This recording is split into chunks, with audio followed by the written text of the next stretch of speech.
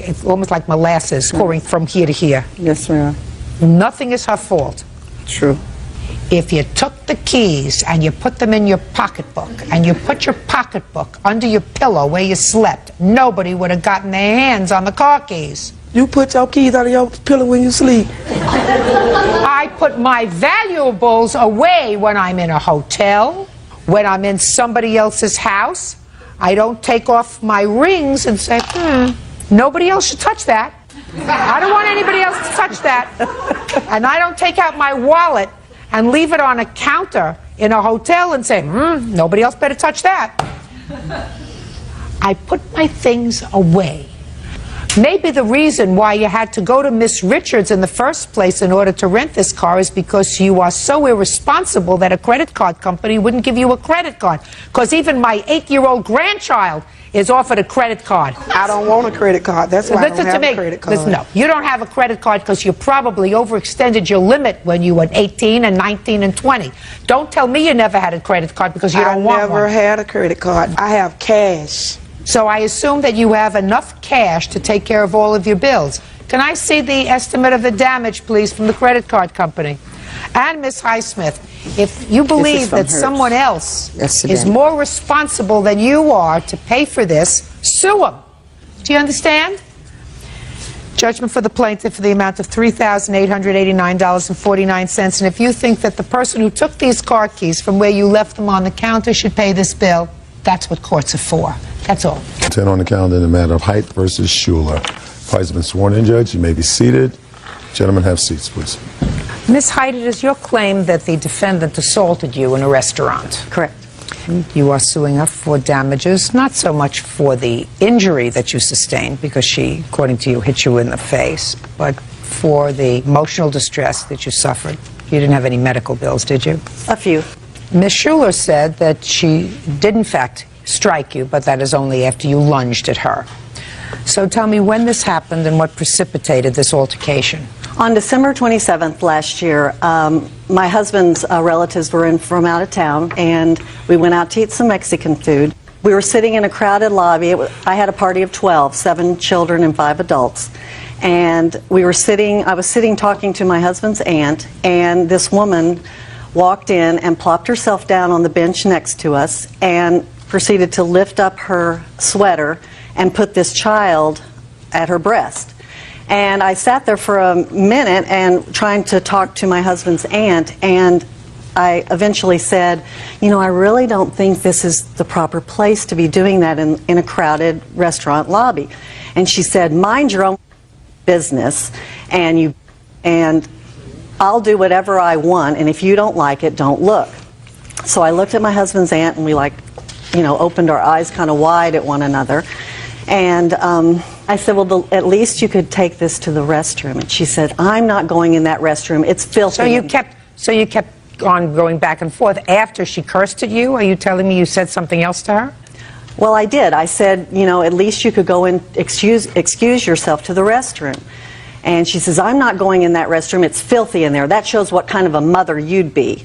And I said, lady, I gave birth to 4 children, all of which I breastfed. But when I did it in a discreet manner and never in a public forum like this. And at that time, the hostess came up and told us our table was ready. And I got up, and I had forgotten to pick my bag up off the floor. And when I turned around to pick up my bag, she came up out of her chair and hit me across the side of the face. Did you sit down and have dinner? No, we didn't. You left? Correct. Where did you go? Outside. My husband had asked the manager to call the police, and he said, if you want to call the police, take your business outside. So we did. And did you call the police? Yes. You have a police report? Yes. I'd like to see it, please.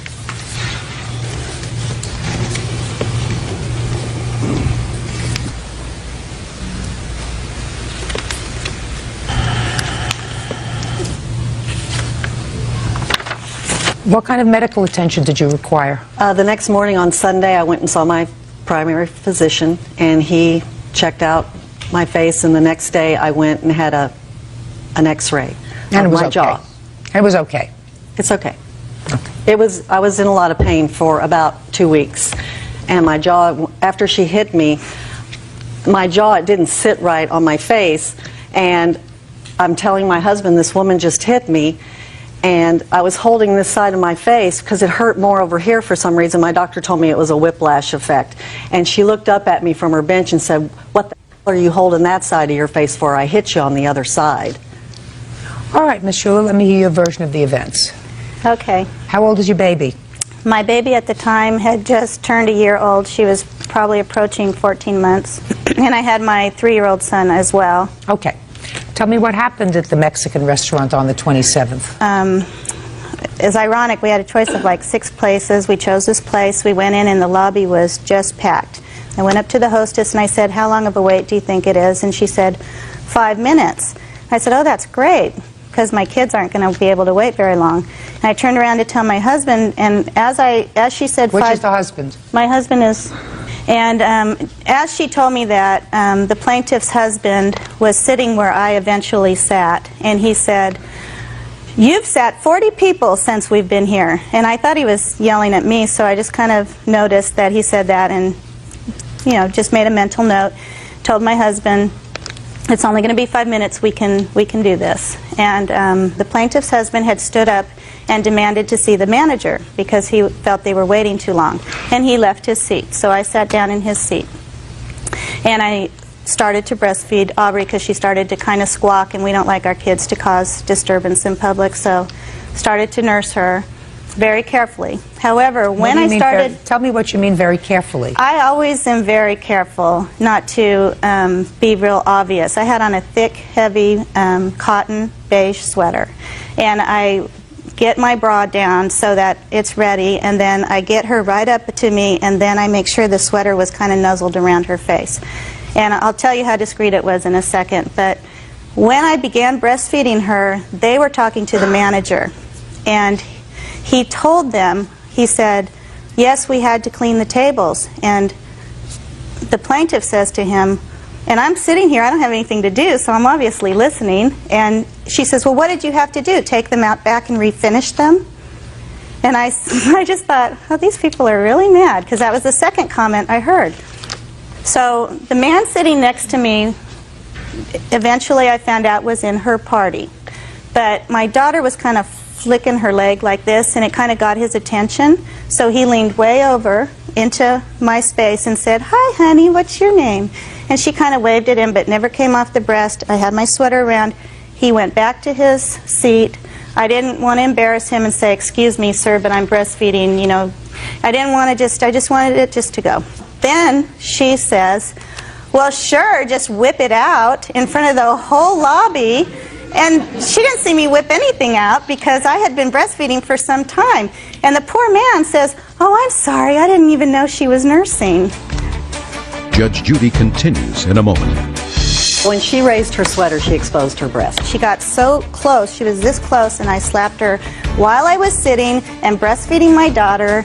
I didn't know what. I was afraid. Sticks and stones, but you can't use But I didn't even have sticks and stones. Schuler hit her in the face. Sylvia says Patricia was harassing her because she was breastfeeding her baby in a restaurant. Go ahead. So she says another few comments like, "You should go to the bathroom." And I finally said, "Excuse me, ma'am, but you are extremely rude." Because I'd seen her being rude to everyone, and now she was being rude to me. And I did have a dialogue with her. "I'm sorry, I don't use words like okay, or I don't talk like that. That's not in my vocabulary. I'm not saying I've never cursed, but I don't curse to people I don't know, most definitely." And she said I should go to the bathroom, and I said, "Where would you like me to sit in the bathroom? On the toilet? I can't nurse my child on the toilet." And I said, "There's really nowhere to nurse." I said, "I guess you don't believe in nursing." And she said, "I nursed 5 children, but I was much more discreet." And I asked her, I said, "Well, what can you see?" And she just rolled her eyes. She couldn't see anything. So my husband says to her husband, "I'm sorry if my wife's breastfeeding is offending you, but she does have the right to feed my daughter wherever she would like." I'm not sure of all their dialogue because they were over there. She kept at me. And so my husband turned and said to her, he said, "Excuse me, ma'am, but if it offends you, look away." And that's when her husband reeled around and said, you don't talk to my wife that way, and I'm going to kick your effing ass. And then that went on, and I'm just kind of watching going, oh no. And I'm getting very worried, what's going to happen? It was getting out of hand. It was, and so the manager... Who's the manager? This is the manager of the restaurant. Come up here. Tell me your name. Peter Holder. Did you observe this incident? Parts of it. Did you observe when Miss Schuler hit Mrs. Height? No. If you didn't observe this assault, why are you here? To help shed some light on the disposition and the nature of the plaintiffs and how aggressive they were. I'd like to hear that. Go ahead. Rarely do you have I encountered somebody as hostile and aggressive as this. Who? The plaintiffs. They when they came in, we told them it would be about 20 minutes, and for a table, it takes you have to put a certain number of tables together for 12 people. Did they have a reservation? No. Okay. So you told them it would be about 20 minutes. Yes. And 10 minutes later, the hostess came and got me. I was back in the kitchen and said, this man would like to see the manager. He's very upset. So I went out and, how can I help you? And he says, you're seating all these people ahead of us. We've been here way past 20 minutes. It had been 10 minutes. And I said, well, a lot of our tables only hold 2 and 4 people, and that's who we're seating. We have a place all picked out for you. We're waiting for one more party to leave. And that's when Patricia, I believe her name is, said... Mrs. Height. Mrs. Height said, what do you have to do, take them out and revarnish them? And I went, whoa. And right after the incident, the plaintiff's husband threatened using that language him again, and that's when I asked him to leave. What did you hear? I should kick you. So they were angry? Very. Okay, have a seat. All right, Miss Schuler, tell me what happened after Mr. and Mrs. Height's name was called and indicated that their table was ready. I believe what got her so angry was that her friend sitting next to me was apologizing profusely, saying, and I didn't realize he was with them until this, and he said, I'm so sorry, and I don't know what's going on with them, and I don't know why they're acting like this. And I said, do you know those people? And he was saying yes, and then their table got called. So he was apologizing to me, I was talking to him. The plaintiff and the aunt stood up, the aunt passed.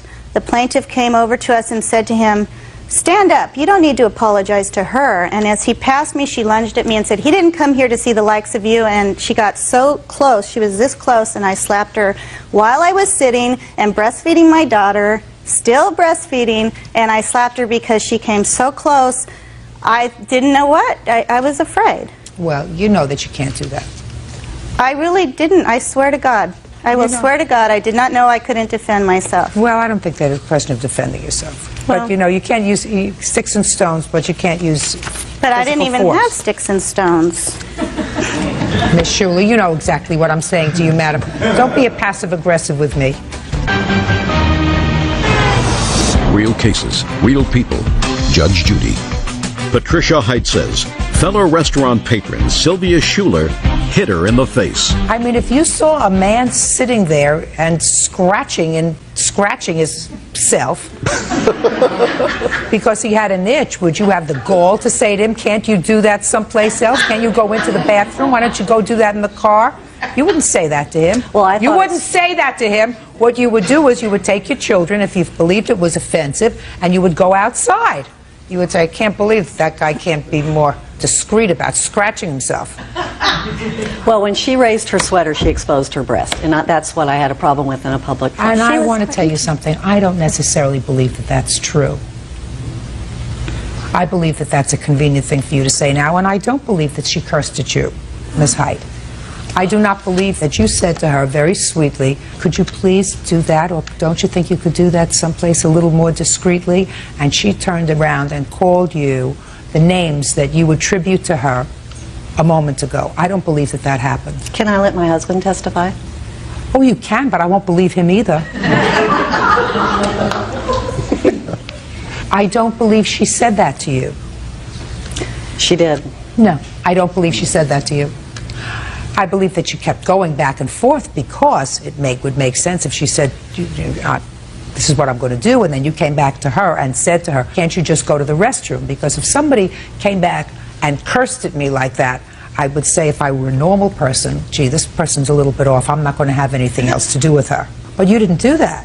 You came right back and you said to her, according to you, after she cursed at you in a vile way, you said to her, calmly,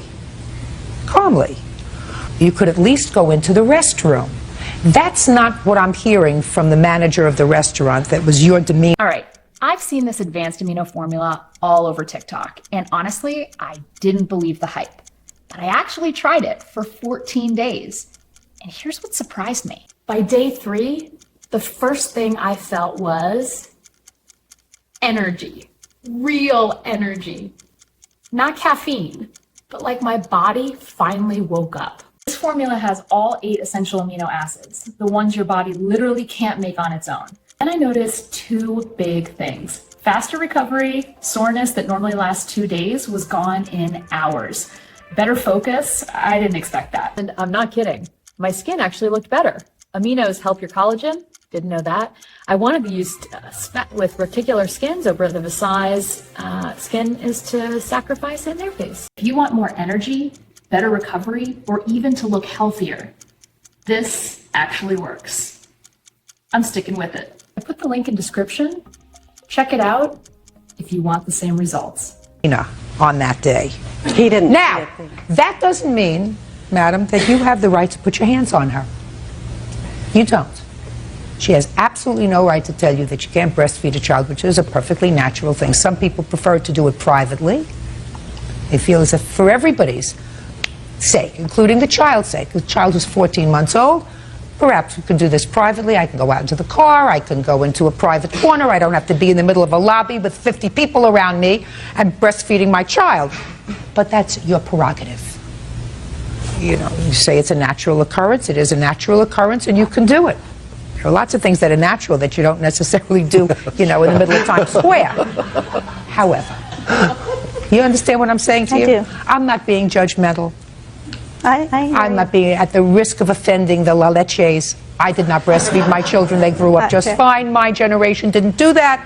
But all my children and their children have all been breastfed.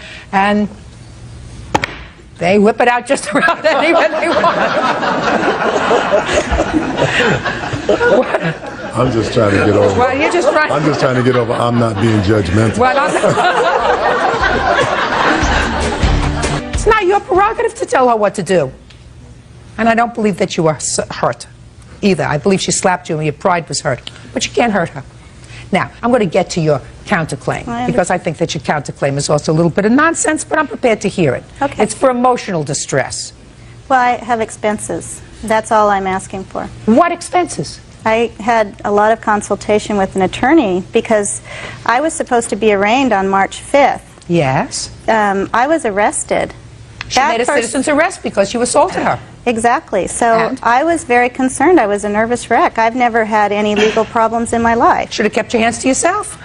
May I ask you a question? Because I'm very interested in the answer to this question. Sure. How close can someone get to you aggressively? How close can an aggressor get before you have the right to protect yourself? Where was your husband when all this was going on? Watching my 3-year-old, who is very active. Is what you're telling me that you were fighting back and forth with this lady and things had gotten so aggressive that she was cursing you, she was screaming at you, your husband got involved, you got involved with your husband, and yet your husband left you to go watch your 3-year-old? Is that what you're telling me?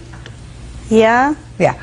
You put your hands on her. She has the right to make a citizen's arrest. So if that's the expense that you want because you consulted with an attorney, I'm going to deny that application. Okay. And I think that she had no right to put her hands on you, and you have to be compensated for that. But you have to be compensated commensurate with the damage. If you had it to do all over again, would you have moved your seat? Well, she had only sat down like 5 minutes before, and Would you have moved your seat instead of starting in with her? No, I probably wouldn't have. Well, then you got a problem. You're not supposed to look for confrontation. You're not supposed to do that. You're supposed to try to avoid confrontation if you can. Life is short. You're out having a good time, you're out having dinner, you're waiting for a table. There are 12 of you. According to you, 7 children and 4 adults. You're out to have a good time. Why would you want to start anything that's going to put a damper on that good time? I didn't think that it would. I didn't think that just kindly asking someone to take that into another part of the restaurant or outside would have caused her to become so angry. Well, just a second. But she responded to you, and she said it's none of your business. Right? Let's say I agree. Let's say that that's what she said to you. It's none of your business. Let's say she used all the expletives. Then why did you continue the conversation with her? Well, I was sitting with my husband's 70-year-old aunt and uncle. Your 70-year-old aunt and uncle didn't complain. You did. All right, I think you're entitled to be compensated. Judgment for the plaintiff in the amount of $10. That's all. Case number 123 on the calendar in the matter of Mance versus Leaf. Parties have been sworn in, Judge. You may be seated. Gentlemen, have a seat, please. How old are you, Miss Mance? I'm 19. How old were you when you met the defendant? I was 17. You were in high school? Yes, I was a senior in high school. And what was he? He was the assistant swim coach on my high school swim team. When did you start to date him romantically? We started dating maybe 3 days after the season ended. That was in February of 2002. You were 17? Yes. How old are you? 24 at the time. Married or single? Single. Had been married? No. Any children? No. According to your complaint, he had some trouble making ends meet. Mm-hmm.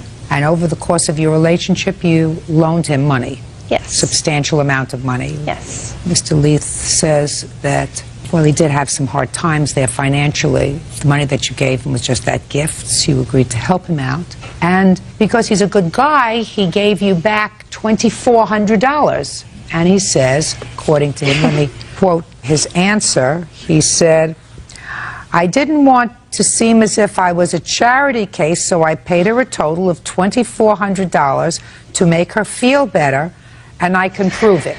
That's what you said here. Yes. A lie. Prove. Shh. I'm going to cut to the chase right now. Okay.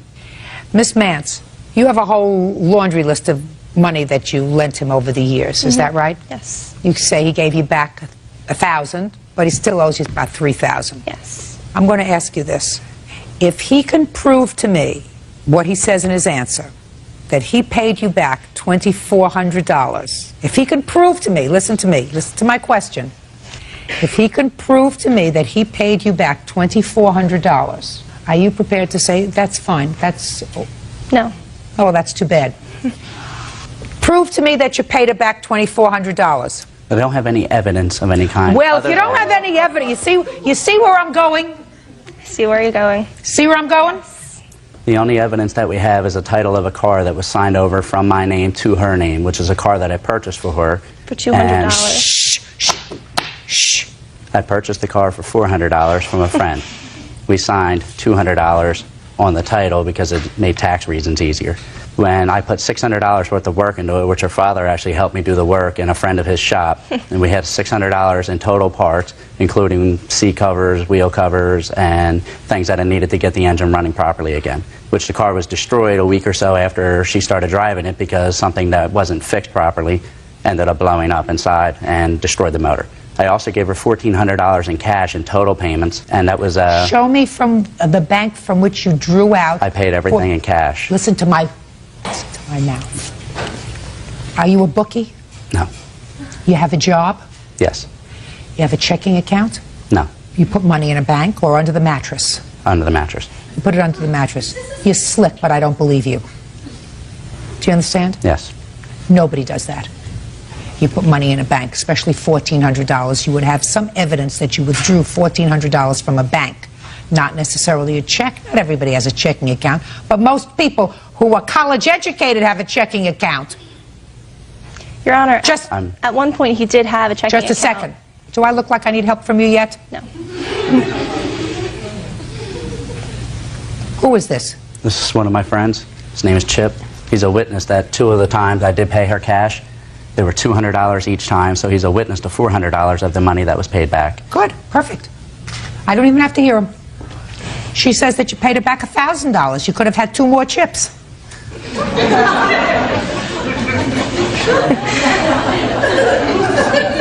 $2,400, sir. Get there. So far, let us assume that I believe you, which I do not, that we have $400 from Chipper over here. And you have $600 in parts for a car. Which my father paid for. Just a second. $2,400, sir. Get there. I already told you, ma'am. $1,000 in total for the car, and then $1,400 in cash payments made to her. When? During the course, it was probably over a course of a year, because she loaned me money when I first got diagnosed with a disease, Crohn's disease.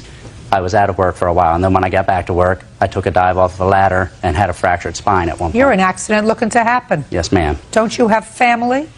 No. Well, family, yes. It's my father and my mother and everybody, but... Well, father and mother usually comprise family. Right, Chip? I agree, ma'am.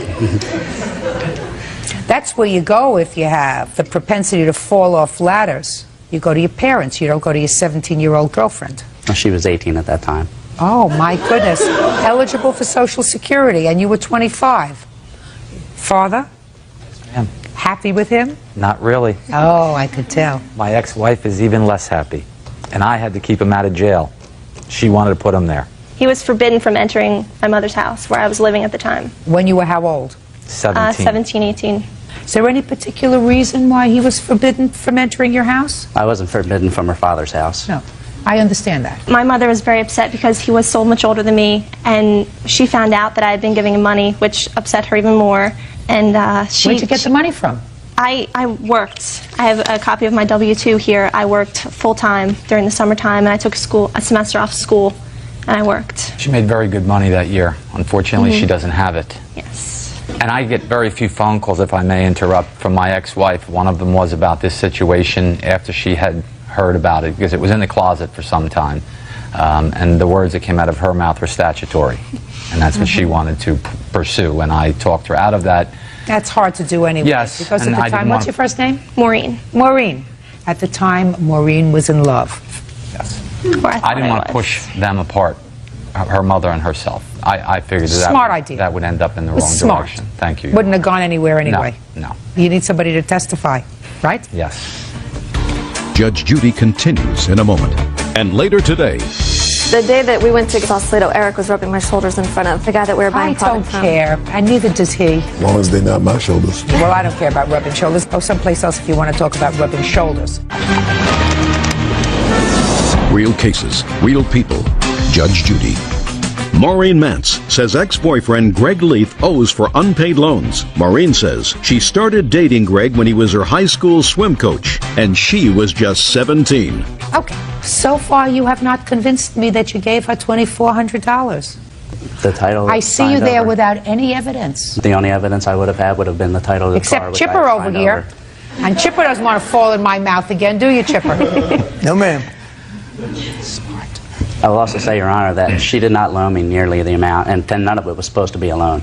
She had told me during the course of this relationship that she was helping me out because we were together and because we were in a relationship. I know. And it was only after we broke up. Listen to me, sir. Yes. A 17-year-old cannot make a contract with you. None of the money was ever borrowed or any money that she ever spent was until after she had turned 18, so she would have been a legal adult at that time. Which was only a few months later. You got it? You just love that man. Listen to me. Maureen, really good lesson. Hard. Hard Very lesson. hard. Over the course of 2 years, you gave him a whole lot of money. Now, ordinarily, I would dismiss your lawsuit because you have no evidence of a loan. You loved him. But he says he paid you back. That's his problem. And he can't prove it because he has no evidence. So what he wants me to do is believe a 25-year-old, because at that time he was 25, because he turned 18, eventually he turned 25, Right. that a 25-year-old man took money from an 18-year-old girl, and he wants me to believe that this 25-year-old man had no bank account, no checking account, kept his money under his mattress. When he had it. When he had it. So I find that hard to believe, Mr. Lee. Do you understand? Yes. Is your Crohn's disease under control? Yes, it is. Oh, how wonderful for you. Are you working full-time? Yes, ma'am. And you haven't fallen off any ladders lately? No, ma'am. Very good. Judgment for the plaintiff in the amount of $2,400, which is the amount you say you paid her back but can't prove. Maureen, be grateful. I am. Thank you very much. That's all. Thank you, Bonnie. Eyes are excused. You may step out. In the beginning of our relationship, he wrote me letters telling me how much he loved me and how much he couldn't wait to spend his life with me. We had both written letters to each other, and I wouldn't consider them to be romantic love letters. I was young, I was naive, and it was a hard lesson. And homemaker Carrie Colmanero is suing her ex-husband, construction worker Michael Maddox, for having her falsely arrested for child abuse. Michael says Carrie spanked their 4-year-old son with a cutting board. All rise. Yeah, this is case number 91 on the calendar in the matter of Colmanero versus Maddox. Parties have been sworn in, Judge. You may be seated. Sir, have a seat, please. Mrs. Colmanero, you and the defendant used to be married. Yes. And you have children together. And it is your claim that your former husband made false claims that you had and continue to abuse the children that you have together. And as a result of one of those claims, you were arrested. You want to be compensated to the tune of $5,000. And Mr. Maddox says that you have a history of child abuse, excessive corporal punishment of the children. He believes that you are still using corporal punishment on the children, and he has every right, and not only the right, but the responsibility as their parent to notify protective services and or the police that his children are at risk. Right? Yeah, right. Okay. How long were you married? 5 years. How many children do you have? 2. How old are they? Hayden is 7 and Trevor is 5. You have other children? Yes, I do. How old are they? I have a 13-year-old. Whose name is? Is Cody, and a 9-year-old who is Jared. Those children also live with you? I do have my son, my 9-year-old lives with me. Where is Cody? Cody moved in with his father about 2-3 months ago. Were any of those 2 children the subjects of child protective proceedings or complaints? The accusations have been made for all 4 children. By whom? By Michael Maddox. By anyone else? By my husband. His ex-wife has also made claims. Well, does your husband have children? Yes, he does. How many children does he have? He has 3 children. Were there allegations of corporal punishment made by his former wife with regard to his 3 children? Yes, there has been. And what were the nature of the complaints that were made by his former wife? Molestation, different things of that nature. I'm talking about excessive corporal punishment or corporal punishment. You know what that means? Okay. Corporal punishment? No, that means hitting excessively or using an instrument to hit. For Cody, Jared, Hayden, and Trevor, there has been accusations made on all of the children. To excessive corporal punishment? Yes. By Mr. Maddox? Yes. And by your husband's former wife? Yes. Okay, now we're getting there. When was the allegation made with regard to Trevor and Hayden that caused you to become arrested? Tell me about that incident. That happened on February 12th. Okay. And the children had went to go visit their father that weekend, and later on that night I had been arrested for abusing my son, my 4-year-old. At the time he was 4. Okay, Mr. Maddox, the children were with you for a scheduled weekend visitation? Yes, they was. And tell me what happened. What happened was she used to drop the children off at my sister's house. So when she dropped them off, I came over and I proceeded to pick my children up. I took my sons to my house and I started to change their clothes. I noticed the bruises. Right then I called. Noticed the bruises where? On the buttocks. There was 3 places on the buttocks that they had bruises. This has happened. What did the bruises look like? They were small bruises, about a 1/4 inch wide, probably maybe an inch or so long, around their butt. So on both children? Just one. Which child? The youngest one, Trevor. Did you ask Trevor and or Hayden how that happened? Yes, I did. They told me their mom spanked them with a paddle. So who did you call? I called the police department. You indicate, Mr. Maddox, that your judgment of divorce, you indicate in your answer, that your judgment of divorce has an unusual paragraph in it with regard to corporal punishment. Do you have that with you? I sure do. I'd like to see it, please. This wasn't the first time that this has happened. No, let me see it, and then I'll ask you questions. Okay?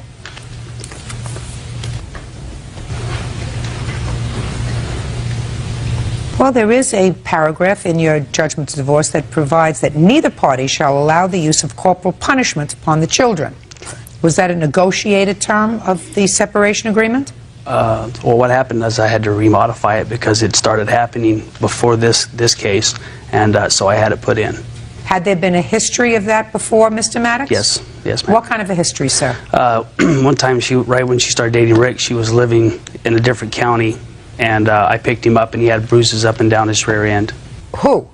Trevor had bruises that she was living with him at the time. And so I took him to the county that I was in, the police department. They took pictures. Well, they proceeded to try to find her, but she had came back into Stanislaus County, a different county, and they couldn't go over into that county. So I proceeded to have that, the CPS from the Merced County was checking it out, and so when she moved back into Stanislaus, the case kind of got dropped. After you called the police, what happened on the 12th of February of 2003? The officer took the report. He called another officer out, a female officer that takes the pictures, and she proceeded to take pictures. Then he told me that... Don't tell me what he told you. Oh. Just tell me, did either of the officers that respond speak to either Trevor or Hayden? They did. They spoke to both the children. And subsequent to that, they came to your home and arrested you? That's correct. Is that right? That is correct. When they arrested you, did they take anything from the house? Yes, they did. What did they take? They asked me if I had a paddle, and I said I had a cutting board, which was confiscated. That is what I brought here today. It's my cutting board. You can see that I do use it as a cutting board. Okay. It hung in my kitchen. It's in my kitchen today. I did get it back because all allegations were dropped. When? That was dropped on March 27th. I have that court. I'd like to see the court papers, please.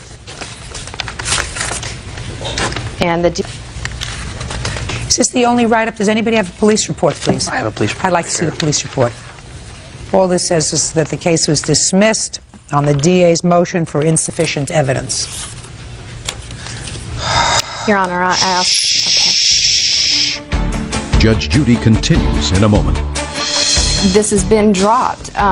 This was stated after the fact. What after the fact? What are you talking about? You have to be told not to hit children with instruments? And later today. He didn't pay? No. And he did go to the wedding? Yes. He walked her down the aisle, did everything the father does, except for pay.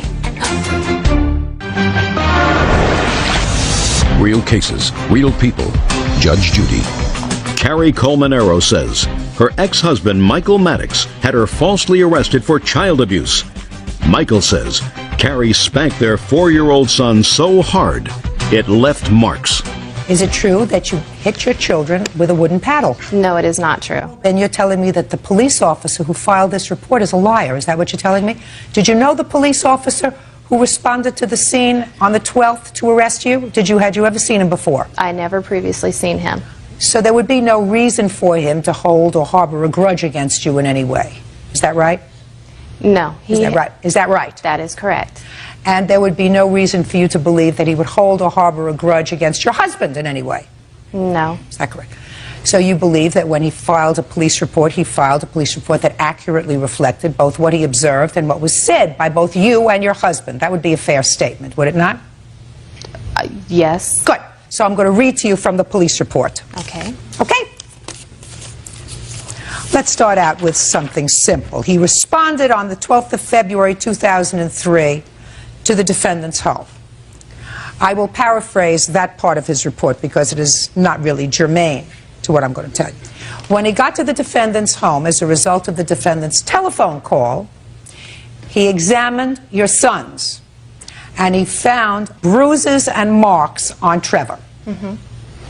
He then asked both boys, little boys, how that happened, and both boys said to the police officer that Mommy spanked me, and that's all they would say. They said nothing else. There were no marks viewed on Hayden, only on Trevor. But based upon those marks and the statement, they came to your residence. Now, fast forward. Police officer, I asked Carrie, that's your name, isn't it? Yes. If she had spanked either of her boys earlier that day. She advised that she had, with a wooden paddle, which was still located in the kitchen. At that point, I placed Carrie into custody for violating Penal Code Section 273, cruelty to a child. I then escorted Carrie out of the residence and secured her in the rear of the vehicle. As I was furthering my investigation, Deputy Jeff and stayed with Carrie as I went back into the residence to interview Colmenero. That's you.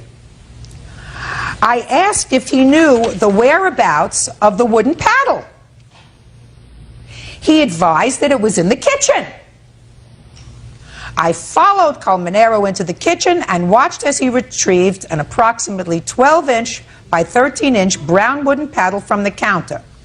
I asked Colmenero what the paddle was used for. He advised that Carrie uses it to discipline both boys when they get out of line. At approximately 3:30, both boys, he said, were getting out of control and tearing up the house. He was very specific. He watched as Carrie yelled at both boys and grabbed the wooden paddle and then proceeded to spank the victim approximately 2 times and Hayden 2 times for disobeying her. At that point, he didn't see any other physical injuries on either of the children. He also advised, that's him, that the last time Carrie had spanked the boys was 2 days before, on the 10th, at 7 p.m. for the same circumstances. Then the police officer interviewed your 2 older sons, who confirmed all of that.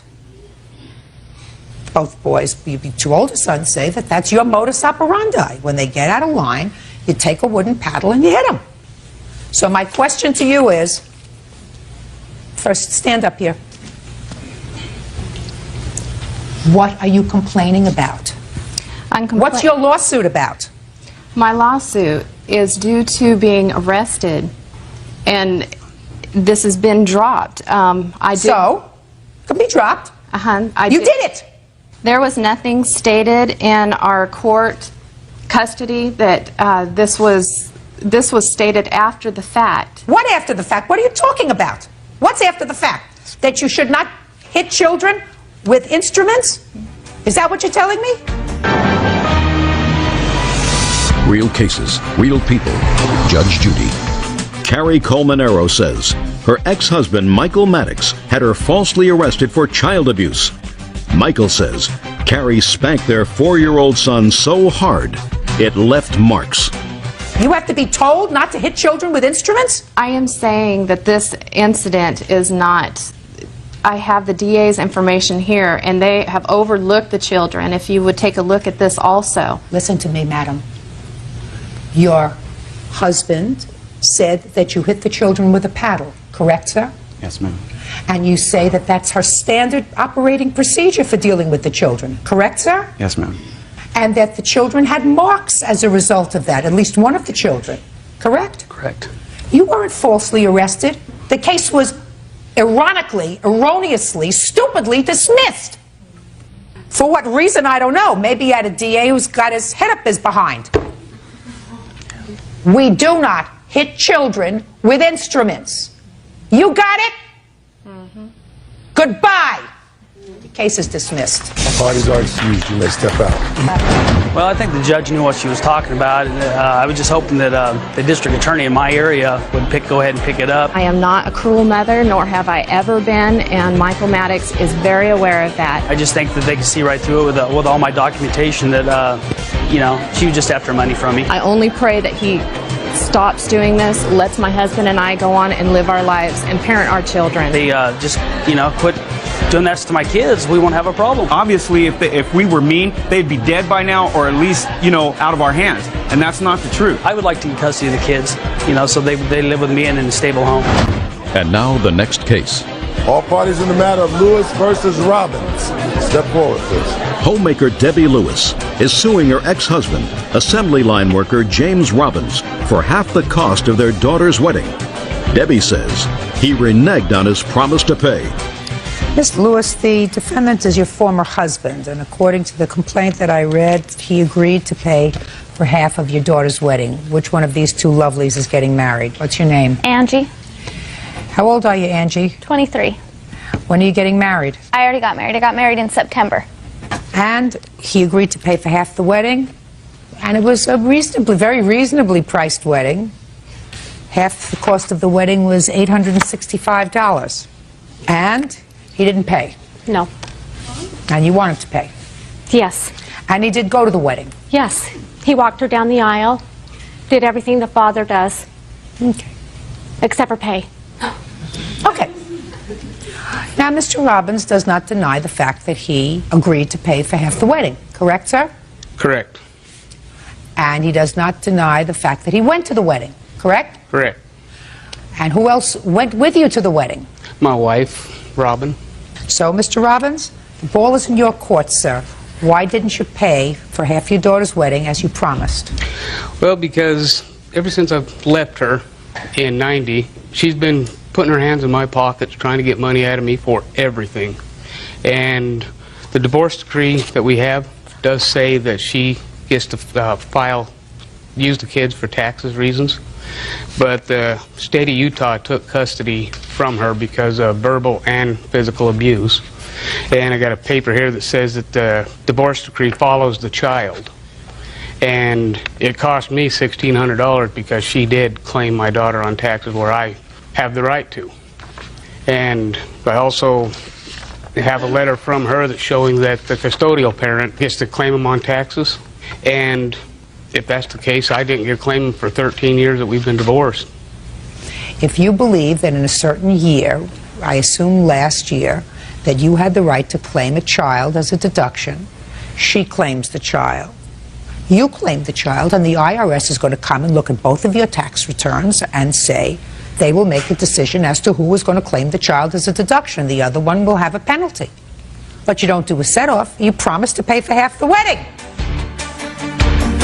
Why didn't you pay her between September and April? I told her that I would pay her when I could, which would... No, that's not right. What do you mean when you could? How many children do you have? Well, I have 4 with my wife now. We have 3 children. Just a second. You have 4 children now. And how many children do you have that got married last year? Just 1. And you said you would pay for half the wedding. Yes, I did. Pay for it. It's the right thing to do. And stop making excuses and stop telling me what happened in 1990. That she's had her hand in your pocket. Well, it just all added up. I mean, everything's added up to Mr. Robbins, you have altogether 7 children?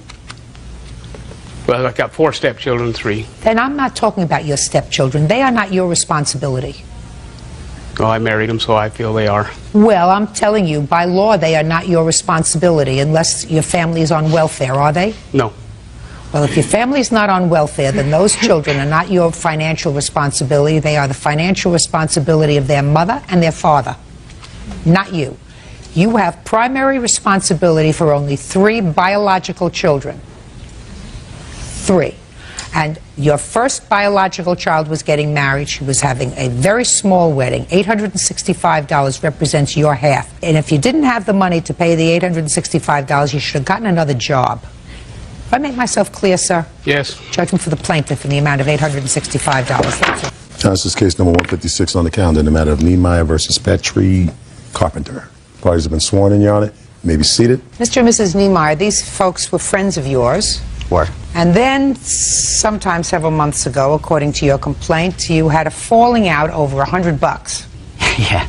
And you claim as a result of this falling out that the defendants damaged your car, assaulted you, you want damages. The defendants say that you became an aggressor over this $100, and you, in fact, assaulted them, and they are counterclaiming.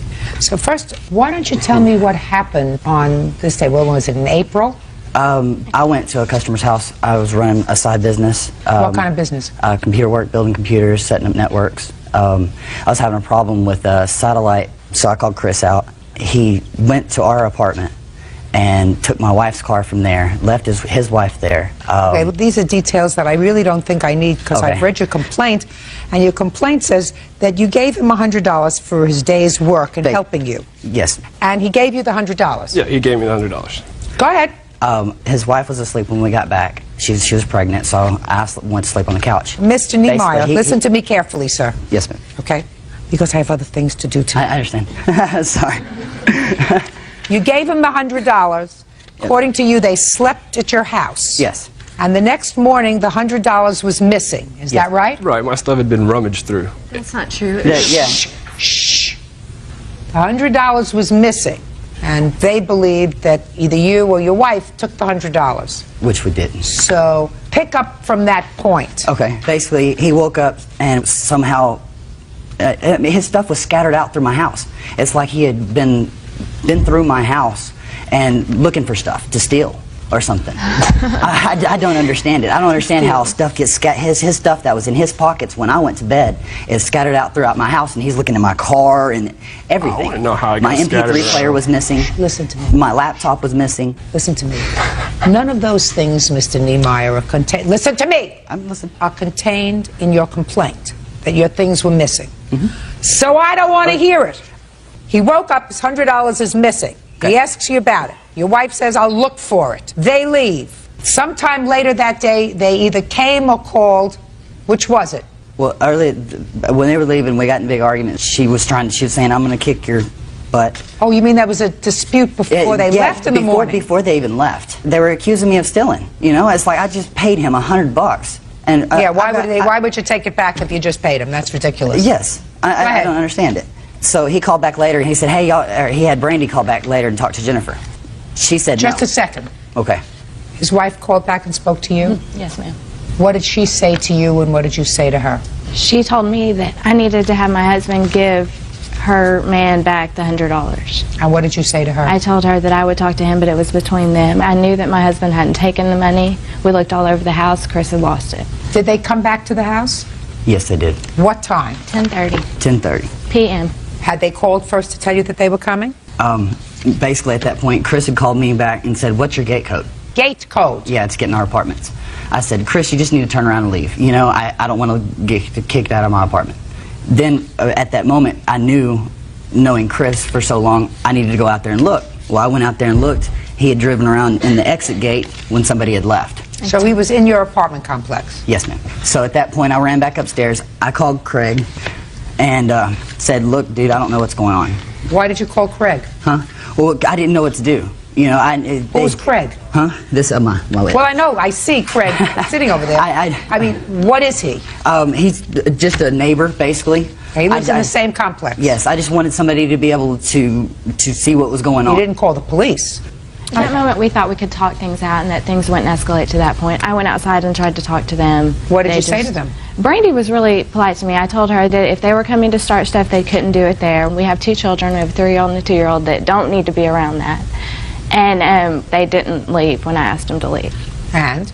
At that moment, I went down there to talk to Chris. By the time I got out there and I noticed that it was just a screaming and holler match, I started to come back. Well, at that point, Chris started pushing me. Give me my money, or I'm going to punch your face in. Never pushed you. It's my police report, Christopher. He pushed me all the way back up to my apartment. Let me ask you this question. Excuse me, Judge. Chris, you weren't the only 4 people in the house. They're 2 kids. They're 2 kids. Right. There were 2 toddlers, right? Right. Okay. Now, would you give me a reason why this friend of yours, who you've known since you were children, who called you to come for a day's work, who took out the money to pay you, would then, while you were sleeping, rummage through your things and steal the $100 that he had just given you? It doesn't make sense. Now, is it possible that one of the 2 toddlers was going around the house and while you were all sleeping and rummaging through your stuff and his stuff and sort of scattered everything all over the place? Is that possible? It's possible. And then the money would have been gone. Is that possible? She would have found it when she was cleaning. Not necessarily. What if the toddler took your $100 and flushed it down the toilet? Would she have found it? No. Now, tell me in your own words, what happened when they came back at 10:30 at night? Well, he started pushing me, and so I walked upstairs. I was trying to go back in the house. I was going to get Jennifer to call the police. At that moment, I turned around, and he's still right there, and he's trying to get in my house. So I pushed him back out of my front doorstep, because I wasn't going to let him in my house. At that moment, Brandy come walking upstairs. You pushed by me and hit me in the stomach anyway, when I was pregnant. When I pushed... Don't speak. When I pushed Chris back, pushed him like that to get him out of my doorstep, at that moment, Chris said, you hit me. Turned around and swung. He hit me across the side of my head. Brandy came over the top of him, and their 3rd little guy, whoever he was, I don't know who he was, came running upstairs, and they all 3 commenced to hit me on my balcony. At that moment, I slid out, and Jennifer comes running out. I heard noises. I came outside. All 3 of them were on top of him. My first thought was, get Brandy off. She's 7 months pregnant, and I even told her, I said, look, you want to beat him up? Beat him up. Wait till you're done being pregnant. I said, that's between y'all, but not After when he you're hit pregnant. me in the stomach, I was defending myself. Sure, she was Listen on to top me. of him. Listen to me. Big mouth. Big stupid mouth. When you're 7 months pregnant, you don't go back to a house where there has been an altercation in the morning when you know it's very possible that there's going to be another altercation. You stay home. You get it? And if you put yourself in the middle of a fight and then say, oh, don't touch me, I'm 7 months pregnant. If you're 7 months pregnant, you use your brains if you can find them and stay home. Judge Judy continues in a moment. Chris brings his fist up and punches Josh. He had hit her in the stomach and she's pregnant. Got in my face and I pushed his face back out of mine. You and your wife were having a very bad day, period. Real cases, real people. Judge Judy. Joshua and Jennifer Niemeyer claim former friends Chris Petrie and girlfriend Brandy Carpenter caused them to be evicted and broke the rear window of their car. The Niemeyers claim the incident started over a missing $100. Come on, let's go. At the point when I pulled Brandy off, the other guy had gotten off too, and it was just Chris and Josh, and they ran down the stairs fighting. And Josh yelled at me, just go grab $100, give him $100, make him leave. So I went, got the $100, went to hand it to Chris. Chris said, he's going to hand it to me. So I handed the money to Josh. Josh hands the money to Chris. So he said, he's going to hand it to me. Another idiot. Yeah, go ahead. So Josh hands the money to Chris. As he's handing the money to Chris, I'm standing there, and Chris brings his fist up and punches Josh, and then says, don't hit me. Josh at never one point hit him. He was handing him $100. Then what happened? I lost it. I threw the money at him in his face and I was like, Jennifer, I got to get out of here. You know, I'm on probation. I'm not trying, I've straightened my life For out. what? Possession of a controlled substance. Yes, I'm on probation. I've straightened my life out. You know, I just need to get out of here. So he left. So you went to leave. Now, when he went to leave in his car, you chased him, according to your answer. Now he's leaving. To get the license plate number, so 'cause she was running down to call the police because he had hit her in the stomach and she's pregnant. I never touched What? Let me ask you this question. He just came out swinging and hit her in the stomach. Listen to me. Why were you there at 10:30 at night? To talk to him about the money. No, you went to his house to confront him about the money. And you had already had an altercation with him in the morning. And if you were going to go over there to have a confrontation with him, why did you go over there angry, which you were, I wasn't angry when I went. Oh, yes, you were, sir. That's why you went there. And who did you bring with you? I brought her with me. Who else? And my witness. You brought a friend with you. Why did you bring the friend with you? Because I was taking him home because we were out together. Out where? Ma'am, Out where? Out at her brother's house. Doing what? Seeing my nephew? Yeah. You know, I don't believe anything that you tell me. I think you're a troublemaker. And not a very smart troublemaker, because for somebody who's going to have a baby, you have to be a little more protective of an innocent than placing yourself in a situation that you know is potentially trouble. You understand each other? Yes. Good. You did, sir, a very foolish thing. Not only did you go back for a little more trouble and bring a friend with you. He just happened to be in the car with us. He got out of the car, didn't he? When we first pulled up and I went to talk to Josh, he stayed in the vehicle.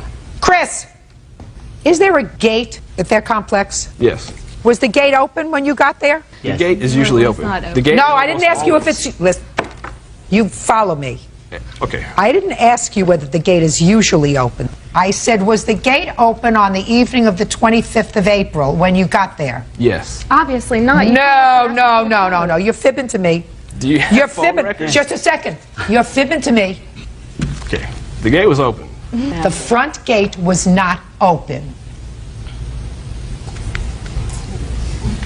You can believe what you want. I mean. Okay, so after you ran out to your car and Chris followed you out to your car, I want you to describe what happened. I know the way Chris is and what he. Don't tell me what you know. Okay. Just tell me what happened. I turned around and looked, and I saw Brandy and the other guy. They were going back to their car. I didn't see Chris at that moment, and so I had put the car in reverse, had just let off the brake, and all of a sudden I hear, thunk, hit and run. I turned around and flipped him off. He jumped on his windshield and then yelled, hit and run, got Didn't the up. police report that he hit him? What did I tell you? What did I tell you? Anyway, at that moment, I'm so fed up with all this crap that's going on. I didn't let him in the apartments. I told him to go away. I just, turned around, flipped him off, and said, Chris, whatever. I know your games. And at that moment, Chris is standing in front of my car. I let off the brake, not with the gas on, but where the car just slowly rolls to push him out of the way. Because, I mean, Did you all they were ultimately there, all they were there. Sir, listen to me carefully. Did you ultimately leave? After he had jumped through my windshield, yes. Real cases, real people. Judge Judy. Joshua and Jennifer Niemeyer say former friends Chris Petrie and Brandy Carpenter owe for causing them to be evicted and for vandalizing their vehicle. Would you step up, sir, please? Step up. Tell me your name. My name's Craig Majors. Mr. Majors, take your hands out of your pockets. Yes, ma'am. Were you a witness to any of this? What I saw is very little, actually. I mean, whenever I was coming back from getting laundry, all I heard was a thump and some screaming. So you didn't see anything? Oh, yeah, I saw. Yes, well, then I want you to tell me what you saw, sir. Okay, what I saw was him backing away from his car and some yelling going on. And? Well, Josh tried to proceed forward, and whenever he did so, it kind of looks like he did just a back dive or a back buster on his window. And I didn't see if it broke the window or anything, but I did hear the loud, crash. Not actually broken glass, but maybe the hood. Okay, good. And that's all I can see is him run and jump on the front of his car, and that was what you saw. He did not get hit like somebody getting hit at 50 miles an hour. Good. Have a seat. Thank you. Now, you have a police report? Yes, ma'am. We actually have 3. They were really Can I see busy them, that please? weekend, and these are all 3 from the same weekend, different occurrences. One of those is right before us. Who's Tony? Who's Tony? I believe that was That was right before our house. that was at a gas station. She assaulted him. She assaulted another Do guy. you know who Tony Gonzalez is, madam? Yes. So how come you didn't answer me?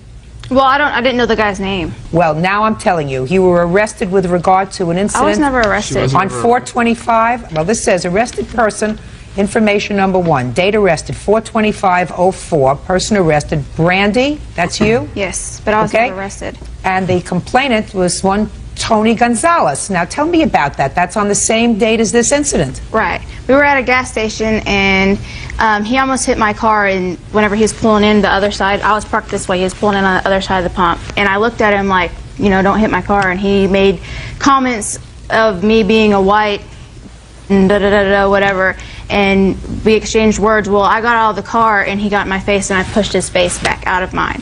What part are you forgetting? I don't want to hear you when I'm not speaking to you. Yes, ma'am. And the cops came. This is the same date as this incident, is that right? Yes. April 25th. Yes. It was way later. Oh. That happened So in the afternoon. That happened in the after the police were involved with this other assault with regard to Tony Gonzalez, who you put your hands on. Yes. While you were 7 months pregnant. Then you and your husband went back to their house. Not directly after, but yes, later on that evening. Later on that evening. Yes. Oh, you must have had a really good day on April 25th. There's also one thing. I didn't ask you a question. Okay.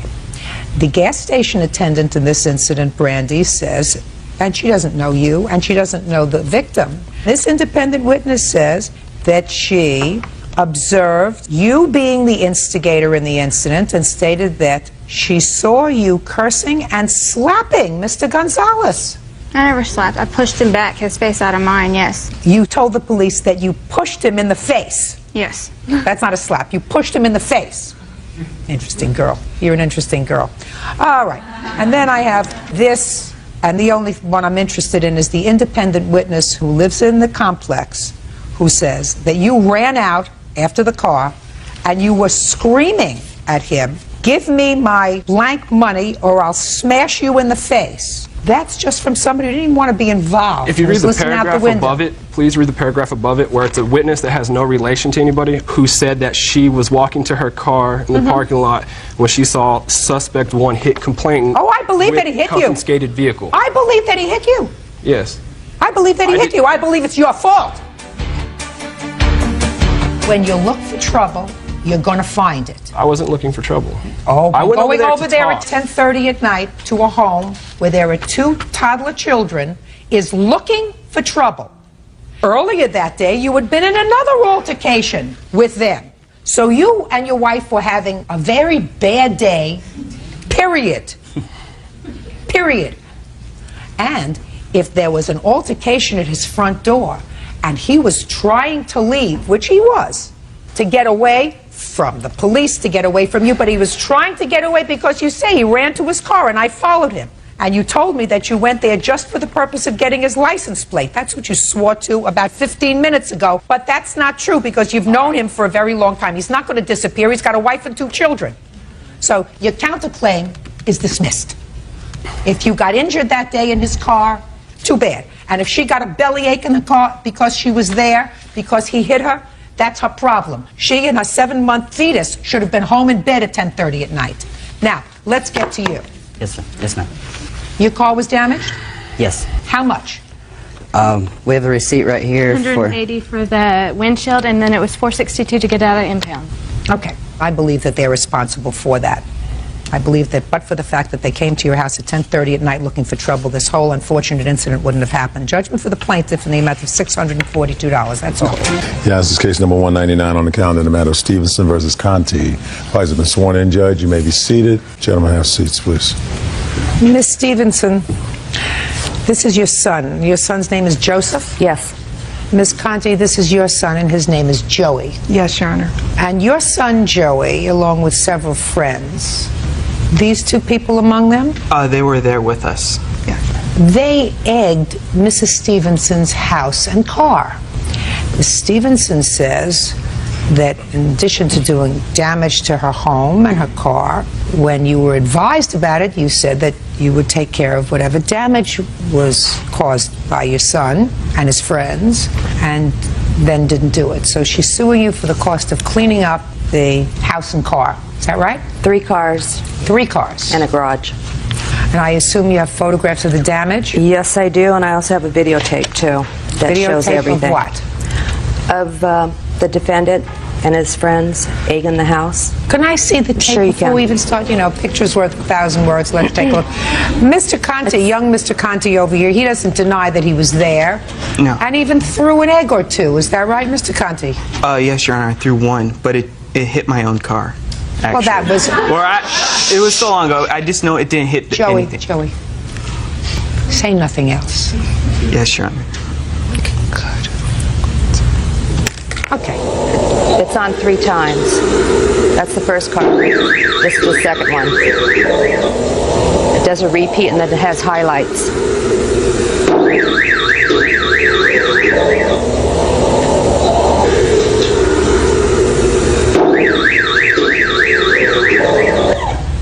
The first car is his 2 witnesses were in that car. Why did you become involved in this vandalism, Joey? Well, it was an ongoing game between me and Joe, I guess, because he had done this to our house before in the past, and also like on Halloween. I've seen him egg people before out of his car. When was that? About a couple months before. Now, when Joseph egged your house, did you report it to the police? No. We don't have video cameras, and we didn't have proof. We don't have... What do you mean? Just a second. If you didn't have proof, then how do you know he did it? Because I came outside while they were doing it, and I saw him drive up the street, and my father followed him. Just a second. That's proof. Your Honor, You don't need a video camera. Your Honor, we just went out. We hosed our garage. We hosed the car. Everything came off. We chalked it up to harmless pranks. Yeah. And I didn't make a big issue out of it. Fine. You didn't see him throw an egg at your house, did you? That's correct. Right. And since I don't believe him, that he threw 1 egg that came back and hit him in the face, I don't believe him either. I threw it I was driving and I just threw it like this, and I couldn't even make it to the house. It was pretty far away. I don't care. Okay. If you tell the truth all the time, you don't have to have a good memory. I'm just Did anybody ever say that to you? Yes. Do you understand what it means? Yes. Good. So you and your friends are sitting around whose house when you decide to go on this egg spree? My friend Darren's house. Where is Darren? He lives just up the street from Not Joe. one of these two people. No, he's not here. He didn't come today because... I don't care why he didn't come. He didn't come today because he was pregnant. I don't care. Okay. You are sitting around Darren's house. How many people are sitting around Darren's house? There's about 6 of us. And how many of you have cars? 2 of us. And how many cars were loaded up to go over to his house? 2. And we only had 4 eggs with us. I don't believe you! Okay. Do you understand? Yes, Your Honor.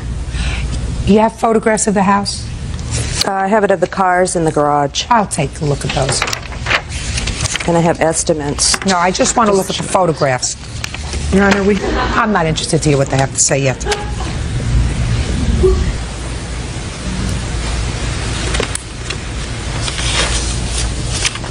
Would you ask her to show me where on this car she's pointing to as a damage? I mean, I'm looking at 2 spots on your garage. You see the egg on the garage? Here Yes. and here. Now, the black car with the spots on it, that's the rear end of the Yukon. The other cars were repaired. I'm just showing you the cars repaired. I don't see $2,000 worth of damage, madam. I'm just telling you. Oh, well, I have... I'm telling you, I don't see $2,000 worth of damage. Shh, listen to me carefully. Okay. I don't see $2,000 worth of damage. I'm not excusing him. I'm not finished with him yet, as a matter of fact. But I'm not seeing $2,000 worth of damage. Now, let's get back to you. Put your papers down. Sorry.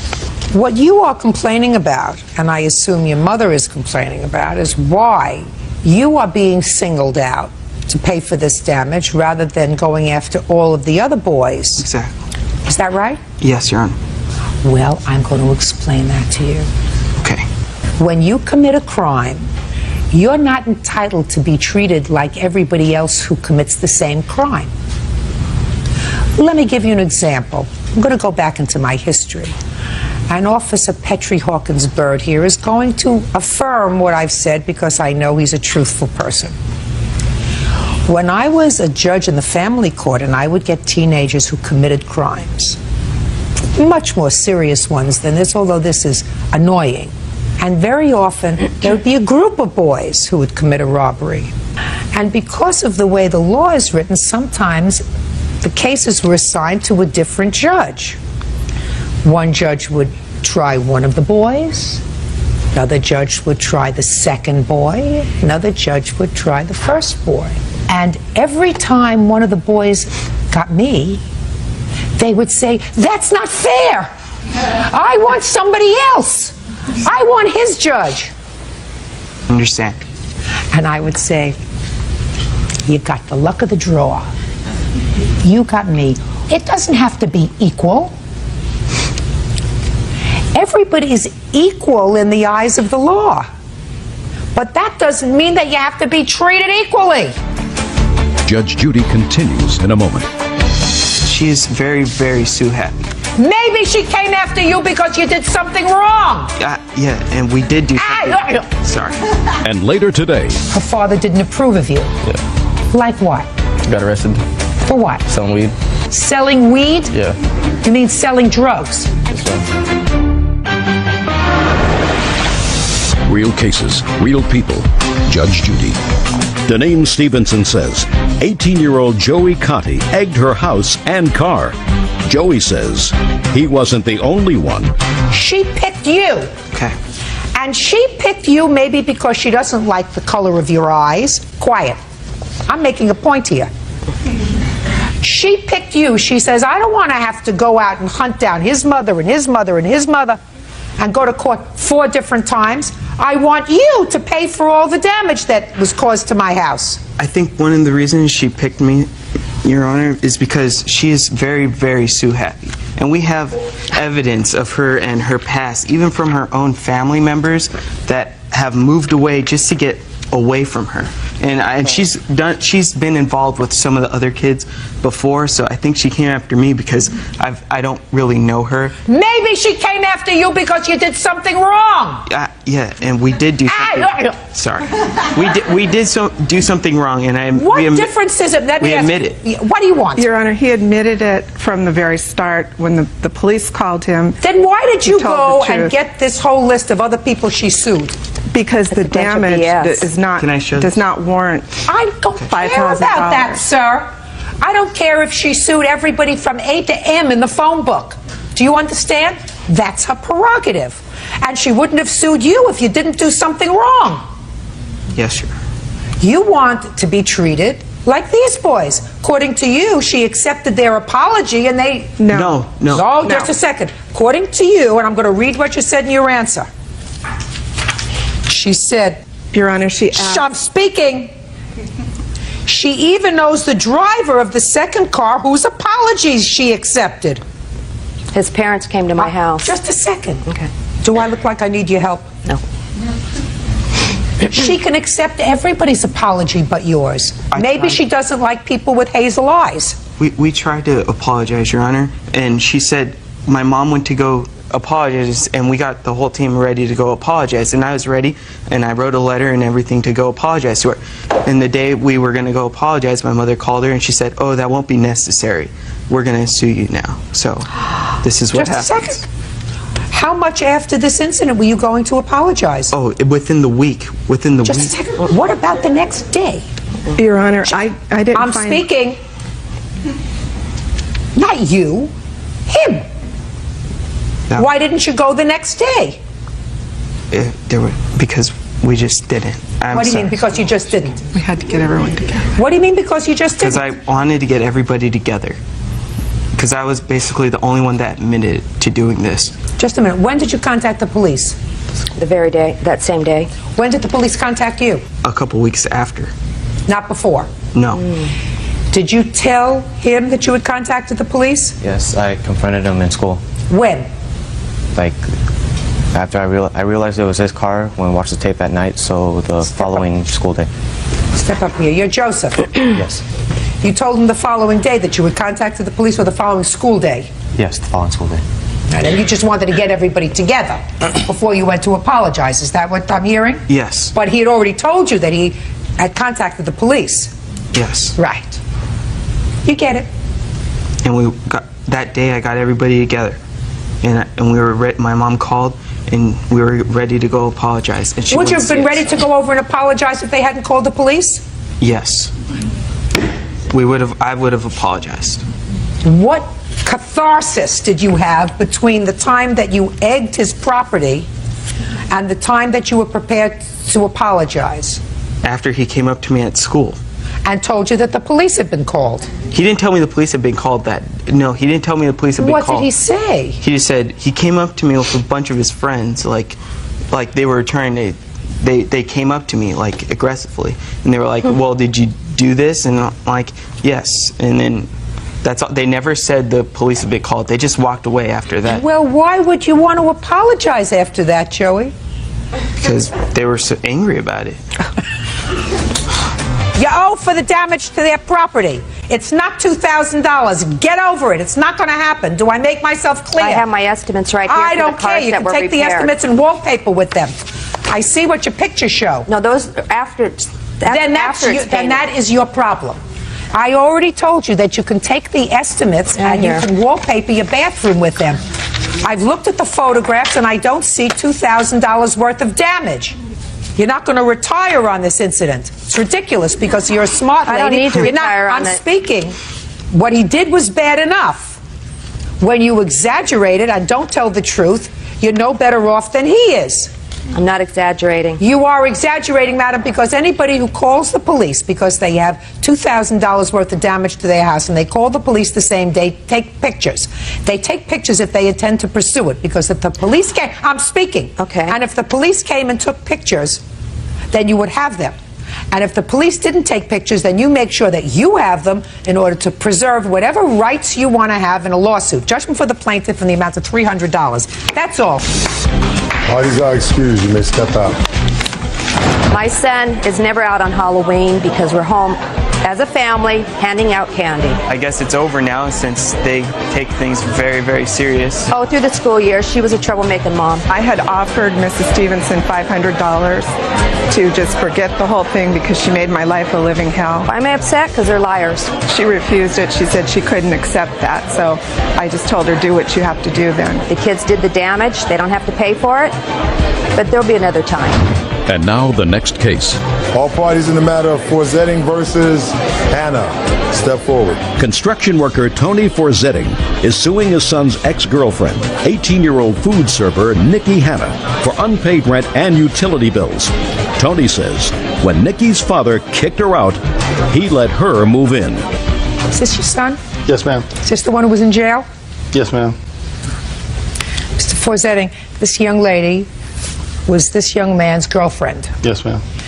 And how old are you? 18. And for some bizarre reason, you made the foolish error of allowing her to move into your house because she and your son were boyfriend and girlfriend, right? Correct. And at this point, you say she owes you for rent and other expenses that she was supposed to pay for the 4 months that she was living with you. That's Yes, what the ma'am. case is about. How old are you? 20. And your name? Steven Forzetting. Stephen, how old was Miss Hannah when you met her? 16. And how old was she when she moved into your house? 18. Why? Because her and her dad got into it and he threw her out. What? Because her and her father got into it and he threw her out. Got into it? Yeah, What did they get into it about? about me. Her father didn't approve of you. Yeah. Did he have reason not to approve of you? Yeah, because I was not being that great. Like what? Got arrested. For what? Selling weed. What? Selling weed. You mean selling drugs? Yes, ma'am. How many times were you arrested for selling drugs? Just once. So that's why her father didn't like you. Yes, ma'am. Sounds right to me. Yeah. Yes. It was 2003, Christmas Eve. It was her birthday also. She got in a big fight with her dad. Her dad's thrown her out several times. I guess she didn't want to follow his rules. She was still going to school at the time. She was in her senior year. I have a daughter that's 17 at the time. I didn't want to see her on the streets. Good. Sounds very nice. And she was going to school. Is she a full-time student in high school? Yes, she was. How did you expect her to pay you rent? Well, I didn't ask her to pay me rent right away, Your Honor, when she first moved in. I told her when she got in, got a part-time job. Those would be the rules in my house to stay What, in did school.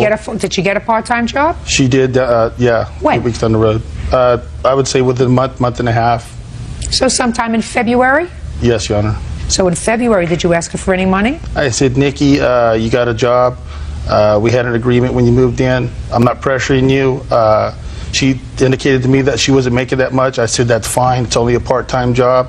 Just give us what you can until you can get caught up or down the road. And So, did she ever give you any money? no, Your Honor. So what are you suing her now for? Well, come April 24th, we had the conversation again about paying rent. This time we approached it with an agreement. We had words. At this time, was your son in the house? No, he was not. He was in jail. Yes, he was. So after your son was taken to jail, that's when you went and approached her about signing an agreement. No, the agreement was signed several months down the road. Oh, show it to me. I have the agreement right here. Can I see it, It please? wasn't written until the 24th, which is when I moved out. I'm talking about, sir, I'm not talking about the agreement that you wanted her to sign in April. You said that she signed one before? No, she did not. It was Of all course. verbal before, Your Honor. Verbal, you had no contract with us, No sir. contract, all No verbal. contract. You didn't have a verbal contract with us, sir. Your agreement was when you get a job, you'll start paying us something. And then when she got a job, a couple of months later, you said take care of your own bills first and then pay us what you can. Well, she couldn't pay anything. That's not a contract. Do you understand? Yes, Your Honor. Very good. Now, you took her in, and you took her in because her father threw her out because of your son. When she came into your house, did they share a room? Sure did, Your Honor. Don't open your house to strangers, sir. It's a bad idea. Your case is dismissed. Now, this is case number 160 on the calendar in the matter of Halsey versus O'Neill Clark. Thank you. You're welcome, Judge. Parties have been sworn in, Your Honor. You may be seated. Ladies, have seats, please. Miss Halsey, according to your complaint, the defendants assaulted you. Yes. At your home? Yes. And the defendant says that this was a fight that was precipitated by you. You just got the worst of it. That's your defense. Yes. Yes. Are you chilly? Yeah. Are you very chilly? Yes. That's because you dressed inappropriately to come to court. I'm sorry. So maybe we could find you a sweater or something to put on so you're not so chilly and not so inappropriately clad for court. I'm very sorry, ma'am. Good. So you step outside and see if we can find you something to wear. You remember the name Judge Jane Boland? Oh, yes. Very well. So let's go see if we can find her a trench coat or something back there. That's Judge Boland. See if we can find her something back there, Bert. I will be right Very back. good. Thank you. I get distracted when I have to watch somebody's navel, except my 3-year-old grandchild.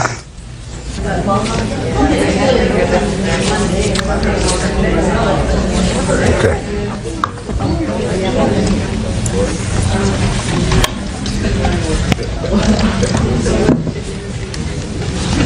Much more appropriate.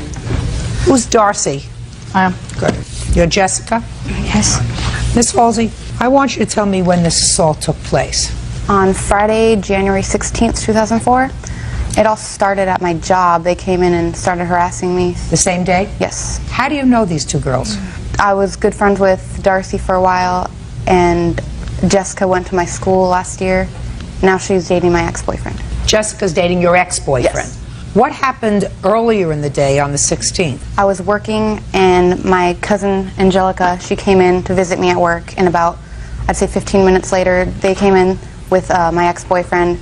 They just wanted a drink, and they were just starting crap, basically, just asking for the manager, just laughing and making fun of me pretty much. Oh my God. I was trying to tell them to leave, so eventually they left, and I went home. Where were you working at the time? Taco Bell. How long had you been working there? I'd say 2 months. So the two of them and your ex-boyfriend came in. She's dating your ex-boyfriend.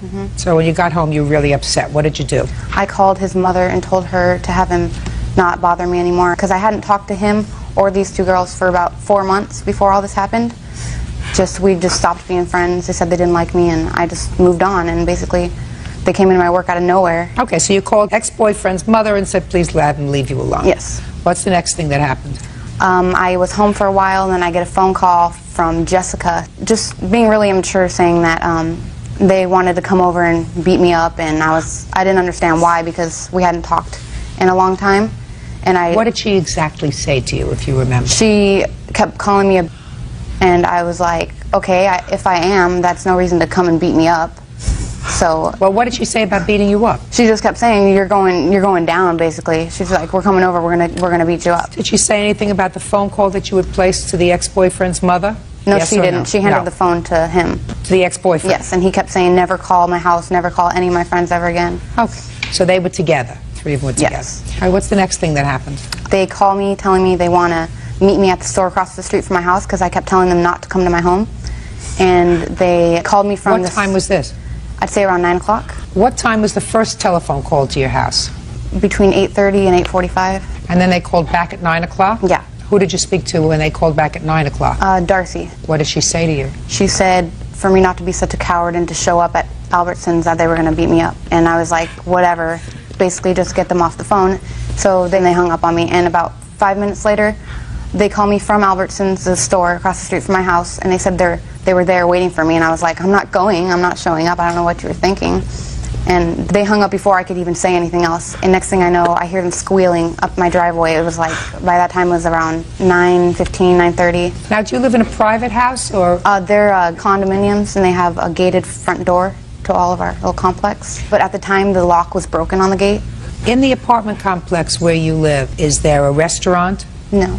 Is there a movie theater? No, nothing. Is it a shopping mall? No.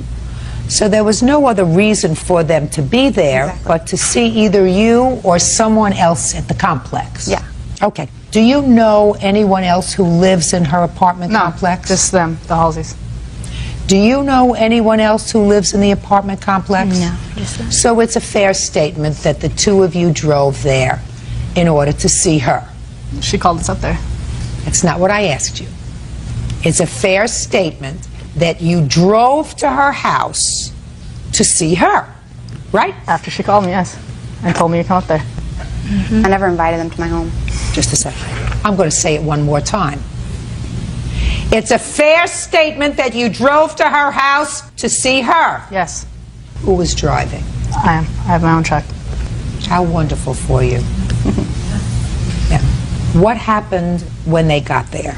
When they got there, I had about 5 friends over at my house. So I told everyone to stay in the house, and my cousin Angelica follows me out there, and the gate was broken, and I saw Darcy and my ex-boyfriend stumbling towards the gate. Obviously, they were drunk. Don't tell me what they Okay, well, then they started stumbling towards the gate, and I was out there to meet them at the gate to tell them. I kept telling them, go home, this is not happening at my house, leave. I said it, I screamed it so many times. And then Darcy walks in the gate and pushes me really hard, and by the time I get up and see what was going on, she starts pounding on her in the face. And I turned to Darcy to try to pull her off of Angelica, and she turns towards me and starts pounding me in the face really bad. I have pictures of, she broke my nose, I have medical bills, I had to go to the hospital for 4 hours. Please.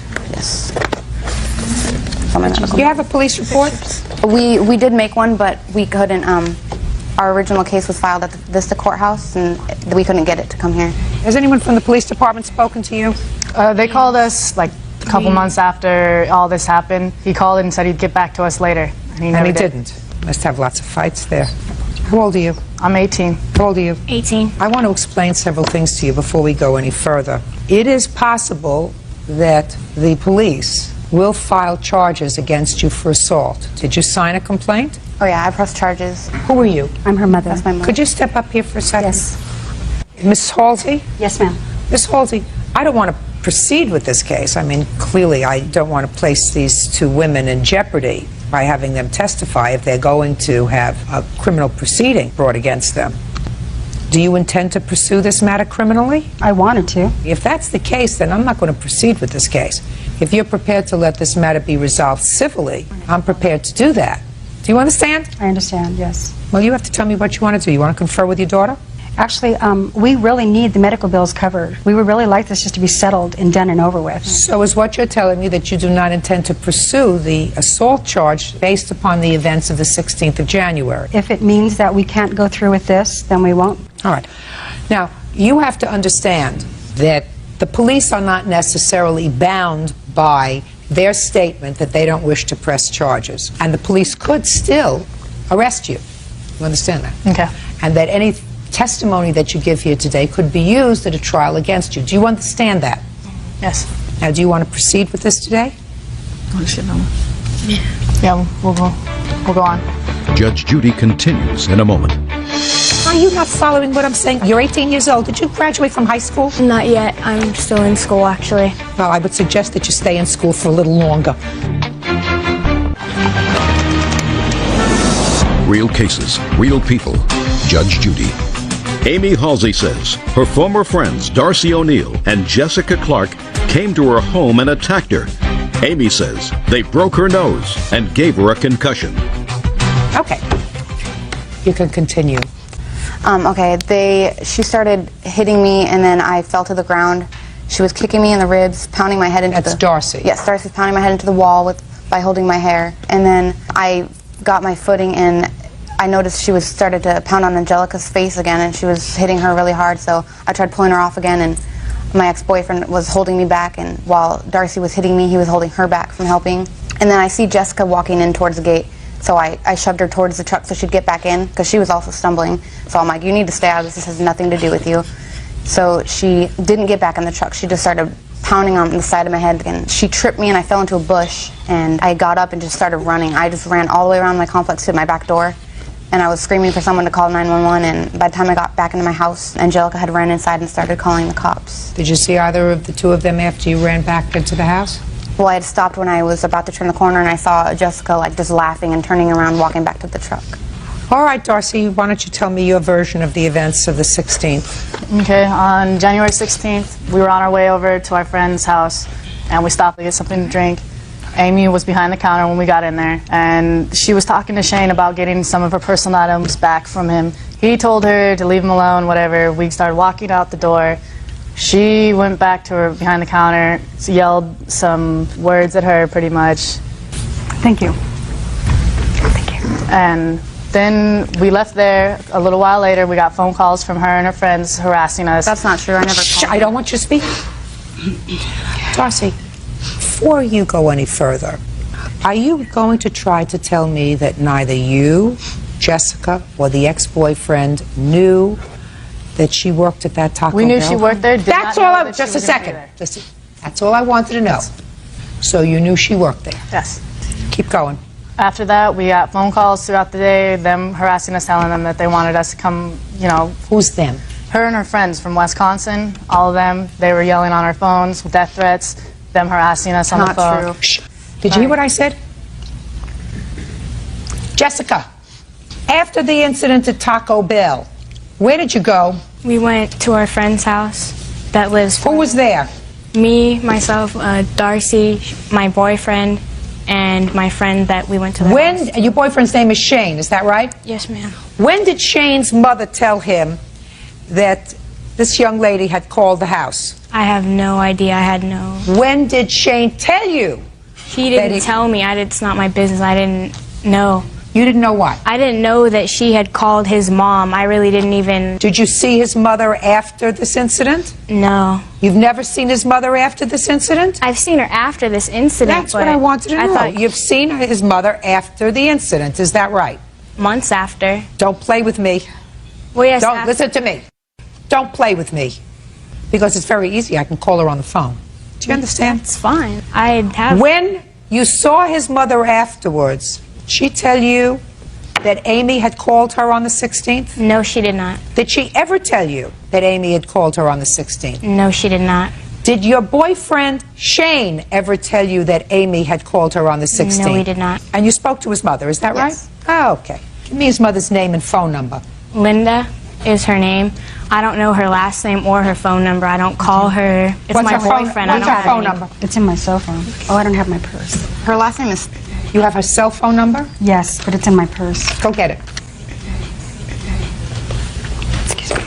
Now, you would say that that would be a very important piece of information, wouldn't you? If she had I'm speaking. I'm sorry. If she had called your boyfriend's mother that day and said, listen, please have them leave me alone, that would have been important, right? Excuse me? Can I asked you a question. Would that be important to me in demonstrating that all she wanted you to do was leave her alone? If I had been calling her. Listen to me. If she had called your boyfriend's mother and said, please have Shane and his friends leave me alone, I don't want any trouble, that would be an important thing, don't you think? Important piece of information for me. And I assume that you support Miss Darcy's statements that she called you and threatened you all day.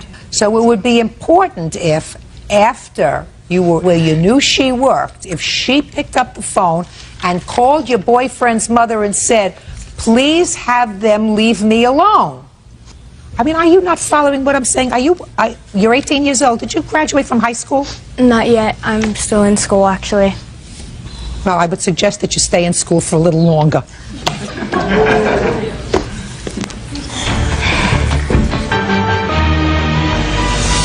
Real cases, real people. Judge Judy. Amy Halsey claims former friends Darcy O'Neill and Jessica Clark owe for an assault. Amy claims the young women came to her home and attacked her.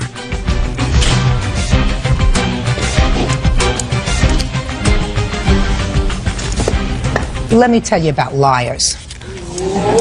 Shh. I hate liars. And I hate liars who swear to tell the truth and then lie. Because one of the things that I'm really good at is ferreting out the truth. So, Miss Jessica and Miss Darcy, let me tell you what Miss told me, because she was totally unaware of why I was calling her. She told me she absolutely spoke with Amy and her mother on the 16th of January, that Amy called her hysterical because she said that her son and the two of you had gone into Taco Bell and reduced her to tears. and that she was asking, she and her mother were asking Shane's mother to please prevail upon her son and you to leave her alone. Does that come as a surprise to you? To me, yeah. Oh, really? Then Shane's mother is a liar? Is that what you're telling me? Because Shane's mother said that she finally got to talk to you, Darcy, that evening. To you. To you. Missy. And to her son. And that to best of her recollection, she managed to reach her son on your cell phone. Miss Jessica? She talked to him. I'm speaking. I suckered you into this long before I spoke to his mother. You are two big, lying bullies. And you went over to her house and you beat her up. And I don't believe a word that you say in your answer here, which is, she threatened us. She demanded that we come to her house. We drove to her house. She instigated the fight. No, no, no. You were annoyed, the two of you, because she and her mother had called Shane's mother and asked for her help. His mother said, what I wanted to do was to get Shane's side of the story. Well, unfortunately, she got Shane's side of the story, which she believes. Excuse me? I'm speaking. I'm sorry. You are dishonest and dumb and bullies. And you're going to pay for all of her medical bills and all of her pain and suffering, because all you have to do is lie to me once, which you did. And I don't have to hear another word out of your lying mouths. You're bullies. I don't know what's going to become of you. All I can suggest is that you stay in school, because you don't know how to dress when you come to court. So suggests to me that you have no sense of decorum. You are a liar, which suggests to me that you have to go back to moral school. You're hanging around with her, who's just a big bully and throws her weight around, clearly, in attacking her. You don't even... What? Don't go there. Your nose was broken? Yes. Concussion, bruised ribs. What I don't understand is, quite frankly, how the police could not pursue this matter. That's what I don't understand. And at least give both of these girls a record for assault. They may not go to jail. That's what I want. But it's outrageous to me that with just one phone call that I was able to make today, that the police department chose to believe this cock and bull story that these two girls told them. It's an outrage to me. Thank you. What do you do, Darcy? What do I do? For a living. I'm an assistant manager at the Ranch Deli. Perfect. Judgment for the plaintiff in the amount of $5,000. That's all. Now, this is case number 201 on the calendar in the matter of Harborjohn versus Neal. Parties have been sworn in, Judge. You may be seated, gentlemen. Have a seat, please. Let me try to simplify this rather lengthy complaint that I've read. Mr. Harborjohn, you are a used car salesman. New and used. And the defendant came onto the lot. You were his salesman on the lot where you worked. No. Where did he go to? Well, I wasn't his salesman at first. I was coming from lunch, and my witness, this was the salesman. You ultimately sold him a car. Unfortunately, it wasn't a car that was through your business. It was your own personal car that you had on the lot. Right. Not very good business. You sold him that car for $5,500. So far correct? Yes. And when you came onto the lot, you told either one of these two salesmen, that you were prepared to spend $5,000. Yes. But you couldn't find a car on the lot that you liked for $5,000. But did you see a sign in his car? No, ma'am. He just told you he had a car. Yes, ma'am. So he said, well, if you don't find a car, I'm speaking. If you don't find anything you like, here, I have a car for sale. You want to look at it. Is that pretty much what he said? Yes, ma'am. And some more substance. Yes, ma'am. So you went and you took a test drive in that car? Yes, ma'am. That same day? Yes, ma'am. What day was that? I'm not sure the day in question, Your Honor. What day was that, sir? February 27th. And you agreed to buy his car for $5,500? Yes, ma'am. And how much money did you give him on February 27th? $5,000. In cash? In cash. But Mr. Harborjohn at that time did not have the title to the car. That's correct. Why is that, Mr. Harborjohn? Why didn't you have the title to the car, sir? I had moved to a different location where I lived, and I later found out they had sent it to the old address, and it never came to my new address. What month and year did you purchase the car? This was in December. So 2 months before you sold it to him, you purchased it yourself. Is that what you're telling me? It was around three months around there, because it was the beginning of December. Why were you selling it, Mr. Harbison? Well, we had 3 cars, and I thought we were going to keep this car for a while. But then my wife advised me it's best that we go ahead and sell this car. Who did you buy the car from? The dealership that I worked at. How much did you pay for it? It was just over $3,000 with everything involved. So you were almost doubling your money in 3 months. Is that right? What I was looking at... Just listen to me carefully, sir. You were almost doubling your money in 3 months. If you bought it for $3,000 with everything in, and you were selling it to him for $5,500, that's a pretty good business deal for you, right? What word didn't you understand, Mr. Harbison? I was looking at the Blue Book value of the car. Did you understand what I just said to you? Well, yes. Yes. So the answer is you were making a pretty decent profit. If you could double your money in 3 months, yes, I would take that any day. Okay. Why is it that the place you worked for, Mr. Harbison, was willing to give you such a great deal on this car?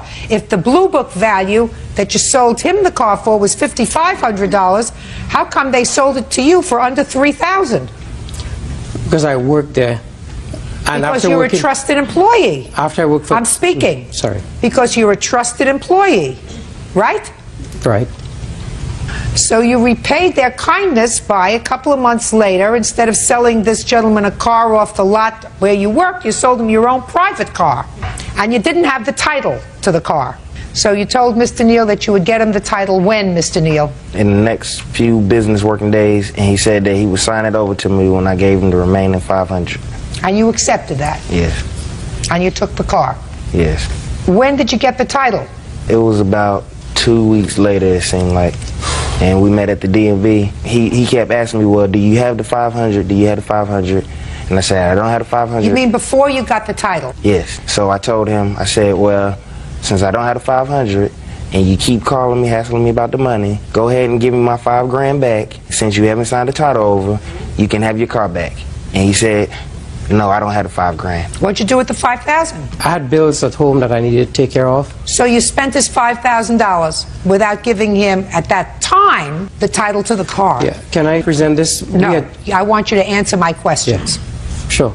So when he said to you, listen, I don't have the $500 now, and I don't have the title, why don't I just give you the car back and give me my $5,000 back? You couldn't do that because you had used the $5,000 to pay bills. Is that right? Is that what you're telling me? That's part of it. That's all the part of it that I'm interested in. So, in effect, you said to him, I don't have the money to give it back, so then what happened, Mr. Neal? He then went ahead and signed the title over to me, and then we agreed that when I got the money, I would still pay him the remaining $500. And then what happened, sir? I received a phone call from him 2 or 3 days later, and he told me that, you know, he had lost his job because I had went to his job and I caused him to lose his job. Tell me about when you went to his job. You went to his job before you got the title? Yes. The reason I went to the job before I got the title was because everyone was telling me that, you know, you shouldn't buy a car without a title or something if you put that much down on it. You should at least... Did you get a bill of sale from him? No, ma'am. He didn't have one. He had a piece of paper. Can I see what he gave you when you bought the car? I don't have it with me, Your Honor. Well, what did it say, sir? He just wrote a handwritten copy, and then he put my ID on it. On my copy, he just had my picture of my ID. We both signed that. Just a second. Yeah. Okay, well, this says that you paid him $5,000 for this Lexus ES300, balance of $500 paid when the title is given to the seller.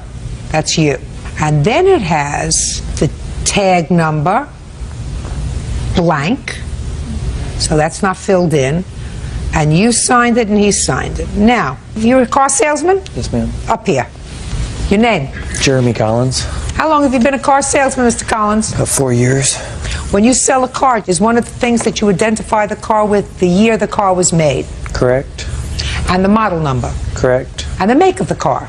That's correct. And the VIN number of the car? Yes, ma'am. Would you ever sell a car to anyone and accept their money without giving them those identifying features of the car? No, ma'am. No. make, model, year, VIN number. That identifies the car that you purchased. Correct. You wouldn't accept this, would you?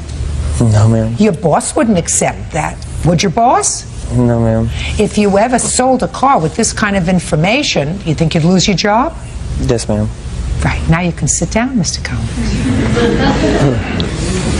You got me. Judge Judy continues in a moment. And later today, Where'd you get the money from? Financial aid or something. So you took your college money and bought presents for your boyfriend, who was a drug abuser and a thief. Is that what you're telling me? Yeah. real cases, real people. Judge Judy. Car salesman Vishnu Harbhajan claims Kip Neal owes for the unpaid balance on a Lexus and for getting him fired.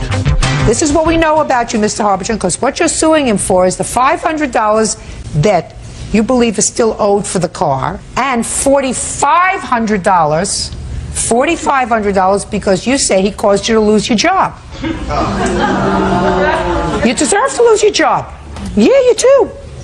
You deserve to lose your job because you sold your own car on your boss's lot. You gave him a bogus bill of sale that didn't have proper identifying materials on it so that he could come back and pursue any rights that he had. And he went to complain about that, which was his absolute right. And if your boss fired you because you sold the car off the lot that was your car, well, that's your problem. Shouldn't have done it. Now I'll hear you. I never knew this gentleman until that day when I was coming from lunch, and I was pulled into park in the parking lot when the salesman here, he stopped me and he said, this gentleman is looking for a car. And he had spent a lot of time on the lot and he couldn't find one. Mr. Jeremy here had already shown him another... Listen to me. Yeah. I don't care. Okay. Don't tell me the whole story. I gave you the germane parts of this story, Mr. Harbhajan. You sold him your personal car. You gave him a ridiculous document here, which is the only document that you have. Is that right? No. Show me the bill of sale that you say you gave him. I just want to correct a lie that was said here. I never told him the amount of days. I said as soon as I get the title, I would give you a call. Mr. Harbhajan, if I go in to buy a car, yeah, I expect to get something that indicates to me that this car is mine. He gave you $5,000, almost twice as much as you paid for the car, and he got a car that you could come and take back from him at any time. At any time. Because this doesn't even identify the car that you gave him. Now, he owes you, Mr. Harbhajan, nothing. Nothing. You made $2,000 in 2 months on this gentleman. He overpaid for this car. You took advantage of him, and I think it's the ultimate chutzpah for you to sue him for the other $500 and for $4,500 because you did not behave as an appropriate employee. So, Mr. Harbhajan, your case is dismissed. Goodbye. Good luck. Parties are excused. You may step out. I went out of my way so that he could have the car. I came with $5,000 cash. He had at least a written statement, what we agreed on. I just wanted the car and proof that it was mine. And he reneged on what we agreed on. And he told me, well, you know, I need the money real bad so I can send it back to Taliban. Taliban? To me, I feel like that's the reason he was trying to scam me. Did he say Taliban? Because he was trying to get as much money as he could possible. What is he talking about? I'm not from there. I feel like everybody's always trying to take advantage of the good guy. 62 on the count in the matter of Starling versus Bartelli. Parties have been sworn in, Your Honor. You may be seated. Miss Starling, Mr. Bartelli was your former live-in boyfriend, and according to your complaint, he owes you a whole bunch of money. He owes you some money for rent. He owes you some money for some court costs that you laid out for him. You want him to pay for new tires for your car. All in all, you're really annoyed with him. I gather that Mr. Bartelli moved out unceremoniously with no notice. Is that right, sir? I feel I don't owe her the money. No. You moved out unceremoniously, which means that you didn't have a discussion with her, you didn't sit down and talk to her, you just packed up your things, you decided you had enough, and you just left. Your Honor, I just fed up with it. I don't feel I should have... Just say yes. Just say yes. That's what you said here. Nah, I don't feel it's right. Oh, this is going to be harder than I thought. I'm going to get to you in a second.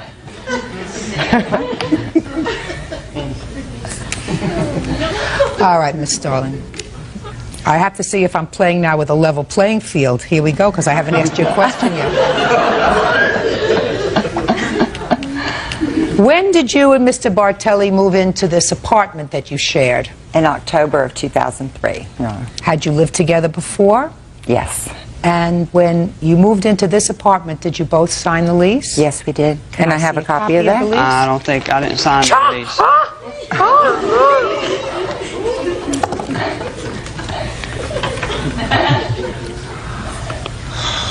Oh, take me back to the family court, please. Okay, so, Mr. Bartelli, it is your statement, sir, that you did not sign the lease. Is that, you did not sign the lease? I don't remember signing the lease. Ah, that's a different thing. Shut up. I believe you said I didn't sign no lease. Is that right? Yes, ma'am. And that was a quote, because that was bad grammar. Now you say I don't remember signing the lease. Is that right, sir? Yeah. So then, Officer Byrd, would you please show Mr. Bartelli this witnessed signature on the lease?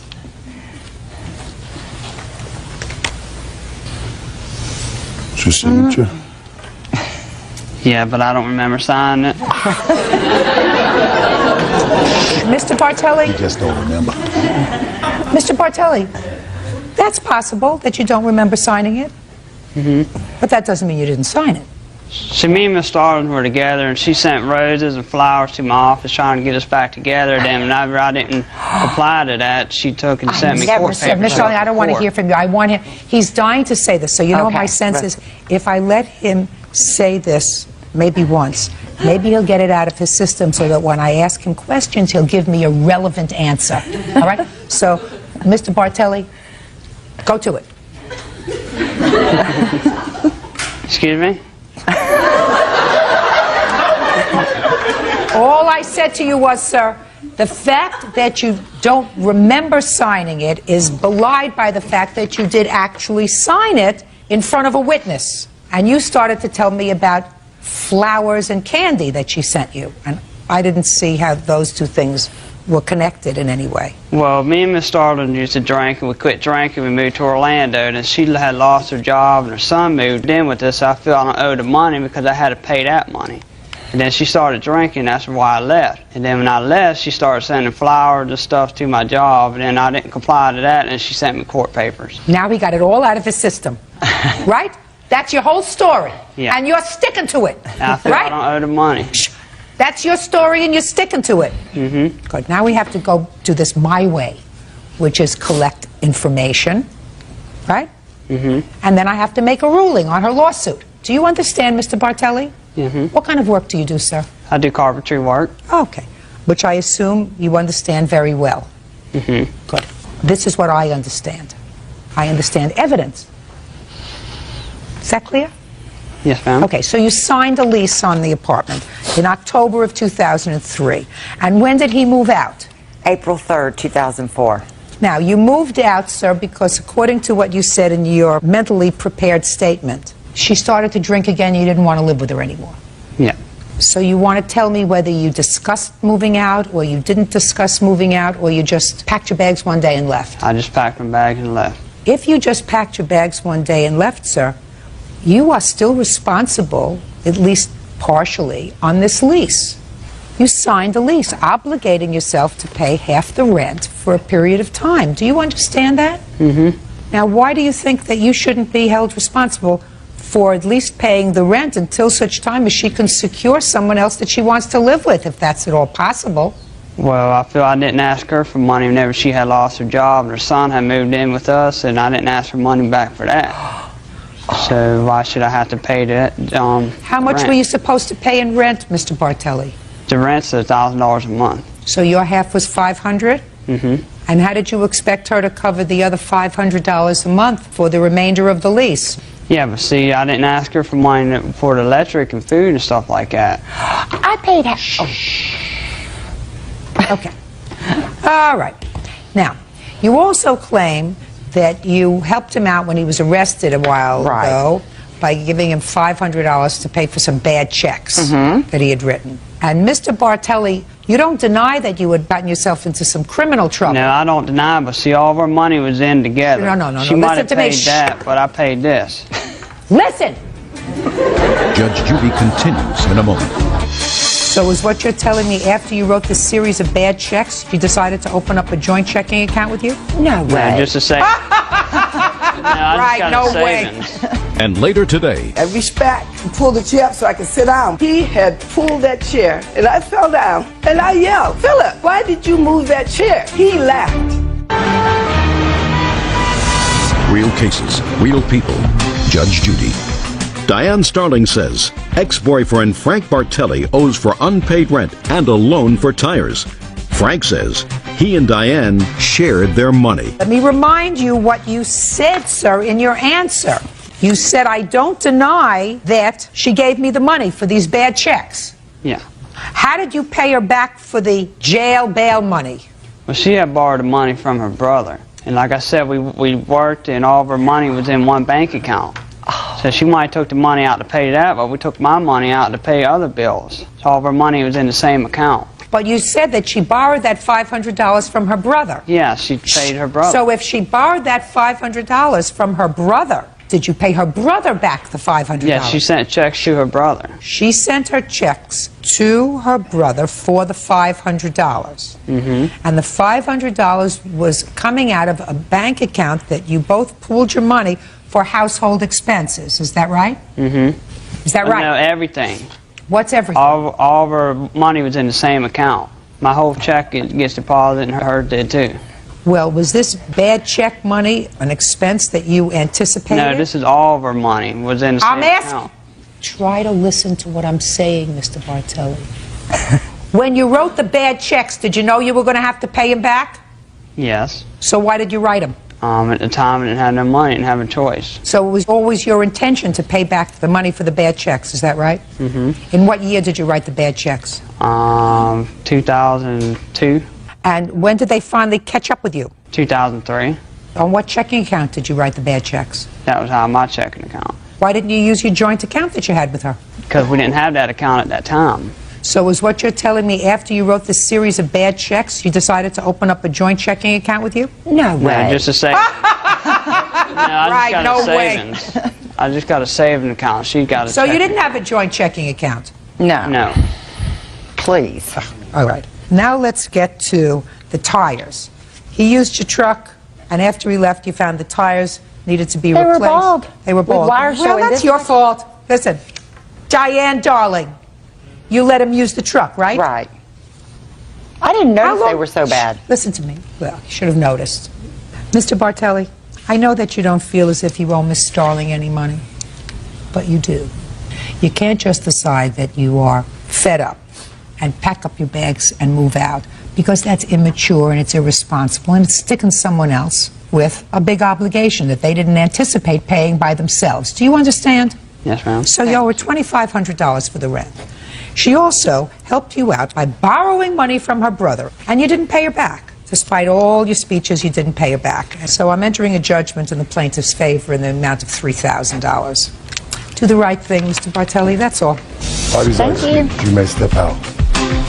I think it went very well. I'm glad that Mr. Bartelli is being held accountable for what he did to me. She just upset because I left her. Well, I wanted to ask him to step outside, but he was too small. She just left messages begging me to come back, and I wouldn't do it. I miss him. He's a good guy, basically. I hope we could be friends. And now the next case. All parties in the matter of Bowie versus Wiley, step forward. 23-year-old student Lynn Bowie is suing her boyfriend's sister, 23-year-old receptionist Jennifer Wiley, for selling a guitar and a PlayStation belonging to her boyfriend. Miss Bowie, Miss Wiley is your boyfriend's sister.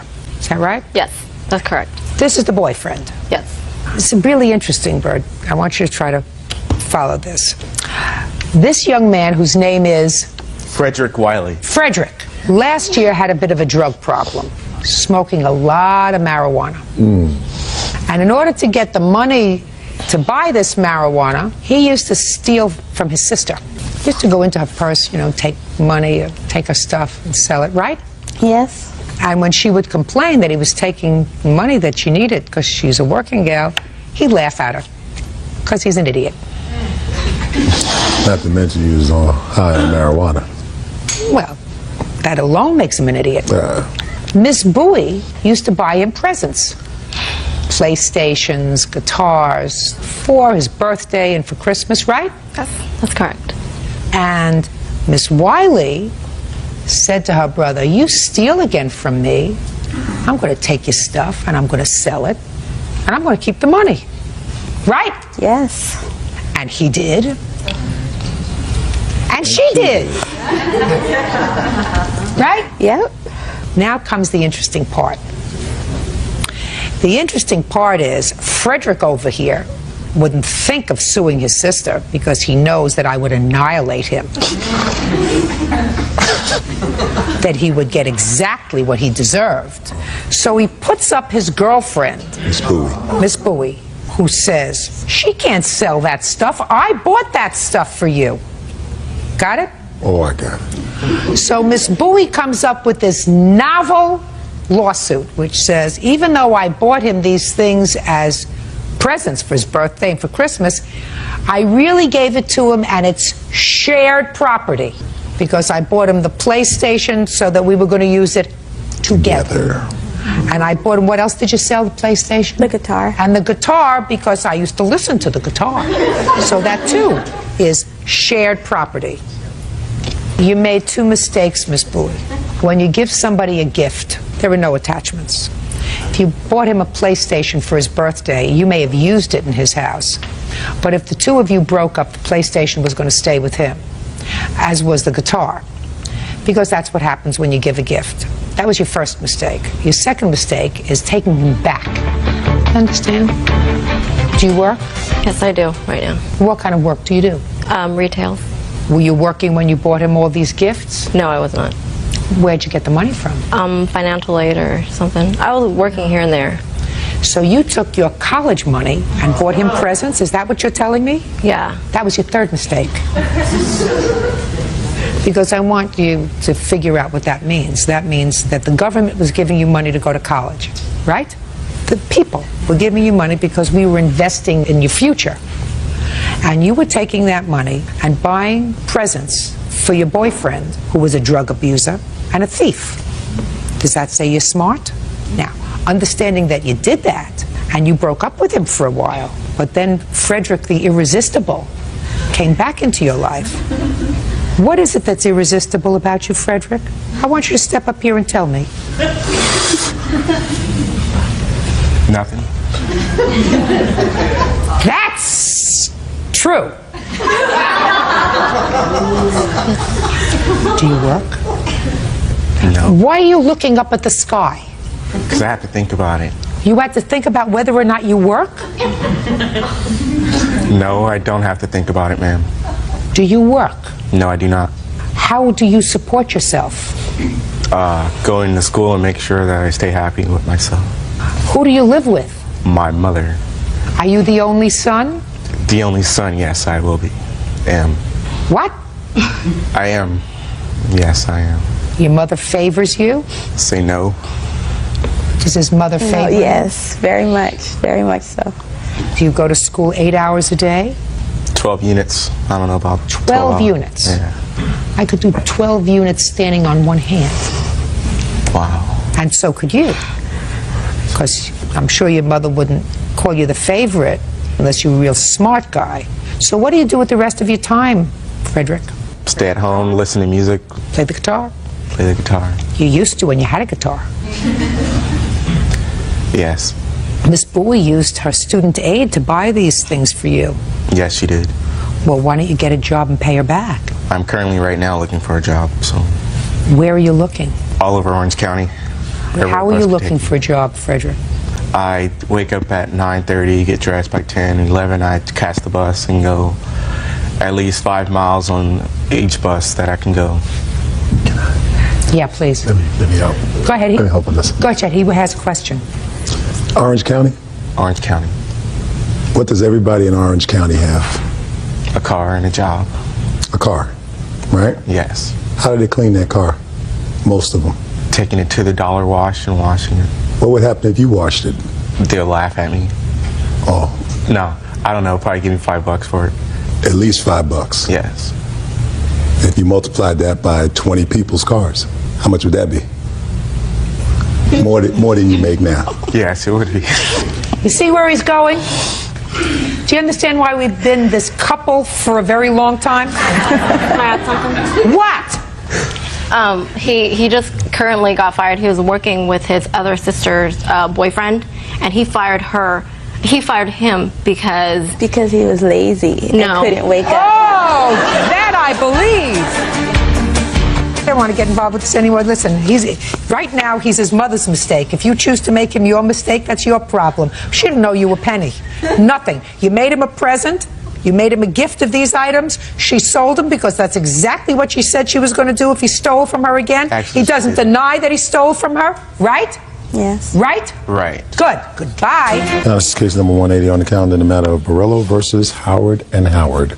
Parties have been sworn in, Judge. You may be seated. Miss Barillo, you found Jaron over here, who is how old? 15, Jaron? Yes. Yes, ma'am. On the internet. Initially, I did not know he was 15. That's not what I said, but you found him on the internet. Correct. And somehow went into a business arrangement with him, which you're going to describe to me. He was to provide you with certain merchandise, and you were going to decorate some of the merchandise, and then there were some T-shirts that he sold you that you were going to resell that was supposed to be authentic sports T-shirts. Mm-hmm. And you gave him how much money? $3,610 in money orders. And he doesn't deny that you sent him the $3,610. And is it safe to say, Miss Barillo, that the only merchandise that you received is that merchandise that you have there? These including 2 pairs of shoes. 2 more pairs of shoes? These are my shoes. I'll explain what they're doing here. But okay, what's in the box? These are counterfeit designer jerseys, the initial 15 pair that the defendant had sent me. By the way, your defense is she got what she paid for, and I'm a minor anyway. So tell me what you were supposed to get for this $3,610. I was supposed to receive 15 authentic designer jerseys as well as 14 pairs of shoes for my $3,610. I have a contract if you Can I see it, please? Yes.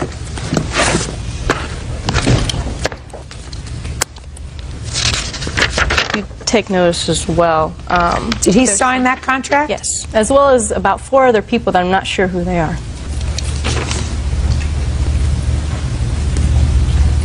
You understand, Miss Barillo, that this isn't a very good contract. Of course, Your Honor. That's why they took the necessary precautions of sending the money order certified mail. What I'm telling you is this contract doesn't say much. A lot of it was verbal agreement, Your Honor. Well, let's start with this. Contract has to be specific. Now, we're not even getting to the point that young Jaron over here is 15 and can't sign a binding contract. You understand that? Yes, ma'am. When did you understand that? First time I made the contract. So the first time you induced somebody to sign a contract with you, you knew that they could not enforce it against you. You knew that. Yes, ma'am. That makes you a scam artist. That makes you into a thief. That means you're taking somebody's money knowing that they can't come against you because you're 15. That's pretty slick. Where'd you learn that? From your father? No. I'm serious. No. Where did you learn it? You didn't learn it from your father. I'm sure your father, who's laughing, probably tried to teach you the right thing. Yes, ma'am. Well, so if you didn't learn it from your father, which one of your thug friends did you learn it from? I don't have any thug friends, Your Honor. Yes, you do. Thugs are thieves. That's what you did. You entered into a contract with this lady who sent you $3,600 knowing that if something went wrong, she could not come against you because you were a minor. You've just admitted that to me. That makes you a thief. Is that what your father raised? No, ma'am. You think that what your son did was wrong? I think what he did with the contract part was wrong. The part about him sending her the counterfeit or knockoff or whatever the hip-hop culture calls it was correct. He sent those to her, and that's what she wanted. I believe just that she knew that these were Well, let me knockoffs. ask you a question. This question, Mr. Howard. I'm not a genius when it comes to hip-hop clothing, but I am a genius as to what people sell on street corners. Yes, yes.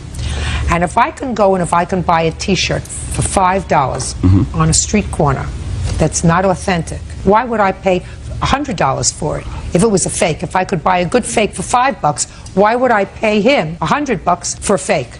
Well, Your Honor, I believe that she's in that business of selling counterfeit stuff. If she's in the business of selling counterfeit stuff, why would she buy stuff from your son at a premium?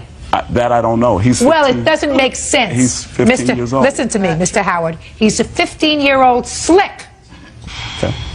Are you following the common sense of what I'm saying to you? I follow you, Judge. If I can go to the local guy on the street corner who's selling pocketbooks that look like other pocketbooks that may be in my closet, and if I can buy those for $2 on the corner, why would I send him thousands of dollars over the internet? Because I believe that she thought she could make a profit. Your Honor, So just a minute. She could make a bigger profit if she bought it cheaper than $3,600.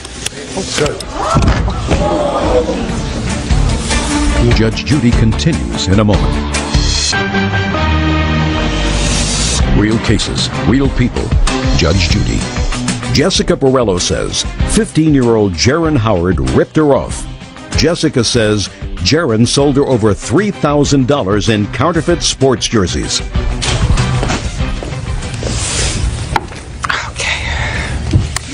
How do you feel? I'm fine, thank you. You're all right? Yes. You didn't have lunch today? Breakfast. Breakfast. Not enough. Did you get something? Yes, thank you. Okay. All right, we were on you, Jaron. Yes, ma'am. She was supposed to get a lot more merchandise than she got, Jaron. What happened to it? Well, after she got this merchandise, I told her I had $900 left, and I told her that $900 left out of the $3,600? Yes. No. You mean that stuff, just a second, shh. That stuff that she has there, these counterfeit T-shirts and 2 pairs of shoes cost $2,700? Yes. How much profit did you make, Jaron? I only made $50 per jersey. You made $50 per jersey? Yeah, but I get the jerseys for $100, and I sold it to her for $150. A piece? Yes, ma'am. All right. Meanwhile, she didn't get everything that you guaranteed that she was going to get. Is that right? Yes, ma'am.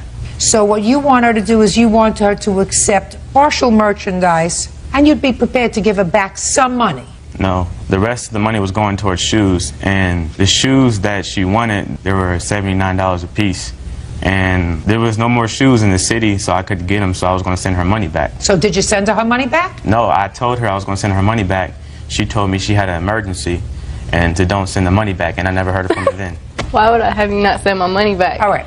Miss Barillo, were you under the impression that these were regulation authentic T-shirts? Correct. Yes, you're What happened when you went to try to sell them?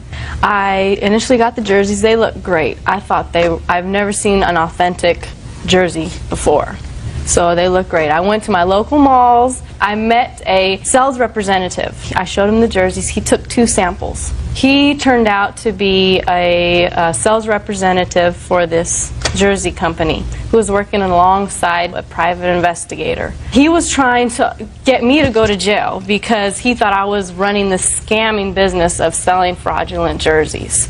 He found out that I did not even know Jaron. I had nothing to do with knowing that these were counterfeit jerseys. Can I see one? Yes. You can, if you'd like to see the difference, the company has actually lent us borrow a real jersey, and this is a fraudulent jersey. You can see the difference. Real. And now that I just... Could I see this, what she's talking about, the stitching on the side? Or, I don't know. You know, sewing was never one of my strong suits. That along with cooking and anything else domestic. Okay. Well, the color scheme is different. Oh, look at that. And I didn't realize that. And the tag, Your Honor, it's very poorly. Whatever. Somebody looks at it fast like me who doesn't know one group from the next. They look pretty close to me. Okay, so they're fakes, right? Yes. Jaron, they're fakes, right? Yes, ma'am. And you know you can't sell fakes, right? Yes. You knew that before. Well, yeah. Huh? Yes, ma'am. You knew that if you got caught selling fakes that they would close you down if they could find you on the internet, didn't you? Yes. And did you figure that they couldn't hurt you because you were 15? No. Did you think that they could send you to jail? I never thought about it. What would you think about? Did you think about the fact you were doing the wrong thing? No, I never thought I was doing the wrong thing. Well, you knew they were fakes. You knew you're not allowed to sell fakes. You just told me that. I know. Well, then you knew you were doing the wrong thing. So, you know where you got these fake T-shirts from? Yes, the internet. From the internet. Well, the internet doesn't have a brain. It doesn't eat. It doesn't go out to the movies. It doesn't go out to... You got it from somebody through the internet. Yes, ma'am. And who was that? It was a website. They said they had a place in New York because the address is in New York. Did you ever go there? No, I never been there. Did you ever call there? No, I never called. And when was the last time you purchased from them, Jaron? The time I bought these jerseys, about a year ago. Why'd you stop? The jerseys were out of style. I couldn't sell them. I couldn't wear them. And you miraculously stopped a year ago? Was she your only customer? I was selling jerseys to my friends and stuff. And your friends were buying them from you? Yes, ma'am. Because they like the fakes, right? I guess, yes. Yes, ma'am. See that box of junk over there? Yeah. It goes back to Jaron. Okay. Those are your shoes? These are my Now you want to tell me the story about the shoes? This is just initially how he contacted me. I do shoes like this, and I had a pair on eBay. And he wanted me to initially do some shoes for him. He said he did the same thing by painting shoes and selling them. Is that what you did? Yes, I did them for myself mostly. He said he sold them to rap stars. No. So that's how you got started. Initially, Those No, I didn't say I sold them to rap stars. Yes, you okay. did, Jaron. Where are the two pairs? Hey, I'm not so sure you're completely innocent in this whole thing. Judge Judy continues in a moment. And later today, If you took the keys and you put them in your pocketbook and you put your pocketbook under your pillow where you slept, nobody would have gotten their hands on the car keys. You put your keys under your pillow when you sleep. real cases, real people. Judge Judy. Jessica Borello says 15-year-old Jaron Howard ripped her off. Jessica says Jaron sold her over $3,000 in counterfeit sports jerseys. Okay. Mr. Howard, you are responsible, sir. Yes, I am. You are responsible because he's your son. You knew what he was doing. All you had to do was ask the questions that I'm asking, and you would have recognized, if you didn't at Yes, the Your time, Honor. that your son was doing the wrong thing. Right. So you and your son are getting back all that junk over there, and she's going to see to it that you get the 2 pair of shoes as well that you have. Clear? Clear. Good. What? There was 4 pairs of shoes. Show me that you delivered 4 pair of shoes. There were 4. There were 4 I'll pairs buy of you shoes. 2 extra No, pairs. just a second. Did he give you 4 pairs or 2 pairs? 2 pairs, Your Honor. Your Honor, I was with Jaron when we bought the 4 pair of shoes. Okay. Me and my wife was with him. Okay. How much did you spend for each of the 4 pair of shoes? You can deduct it. They were 84 something with tax. Okay. $3,511. Bird, he gets all the junk and she gets her money back. Thank you very Will much. do. That's all. Price Gotta do the right excuse. thing, young man. You may step out. And now the next case. All parties in the matter of Mackey versus Dewey. Step forward.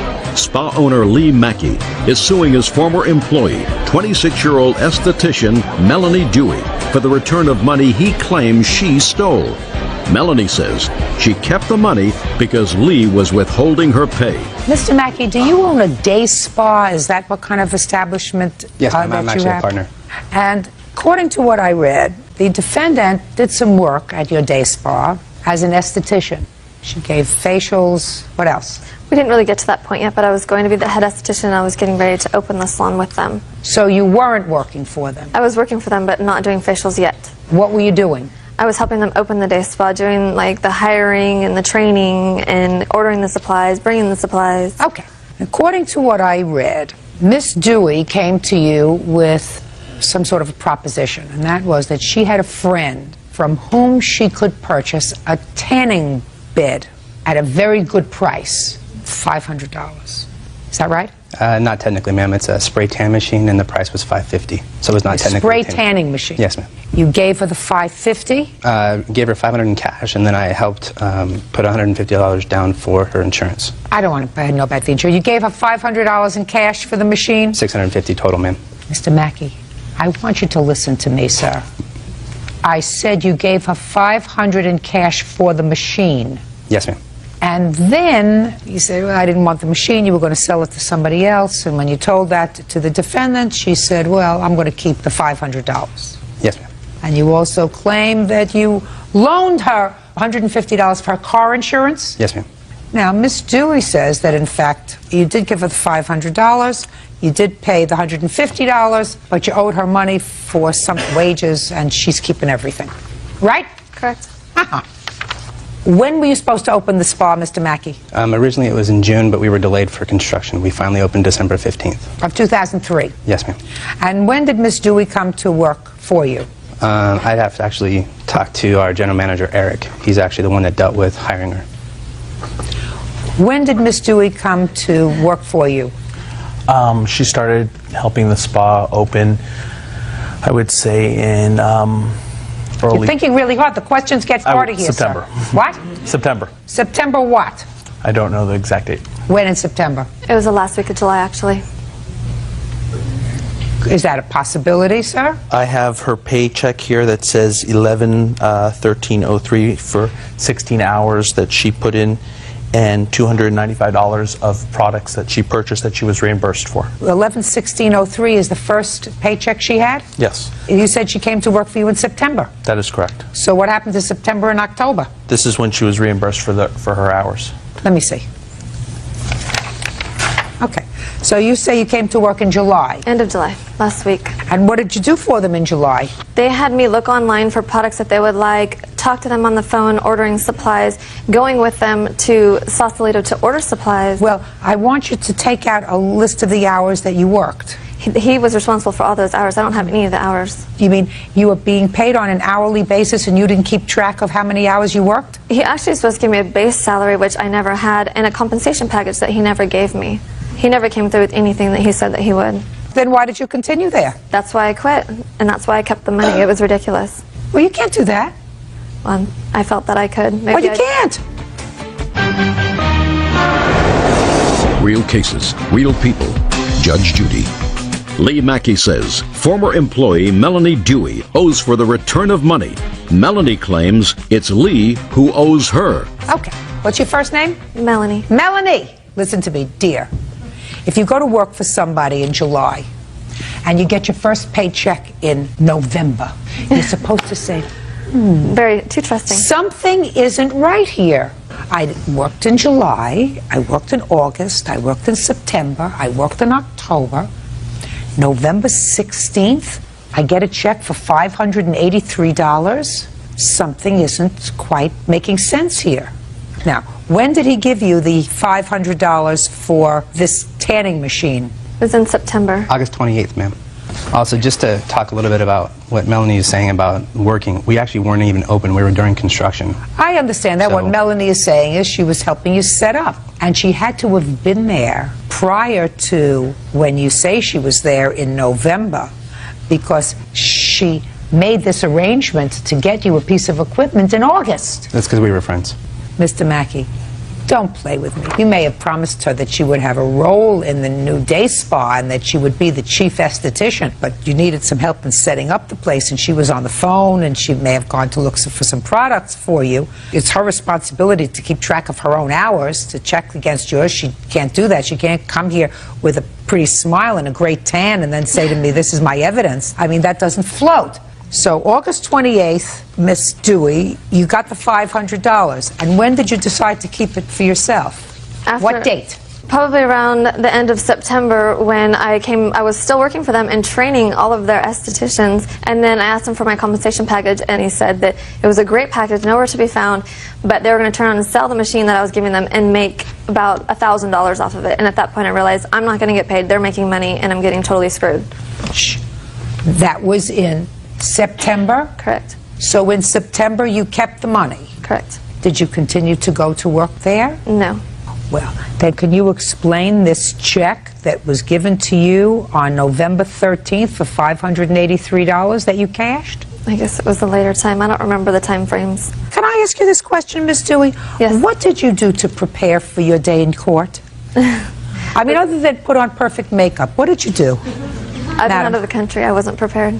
You certainly are not prepared. What you're supposed to do when you come to court is the judge is going to ask you questions. Then you had to sit down and say, this is when I went to work for them. These are the hours that I put in. This is when I stopped working. This is when I decided to appropriate the $500 for myself because I wasn't getting paid. But if now you tell me that you appropriated the $500 in September, and then 2 months later they pay you $583, something doesn't quite fit.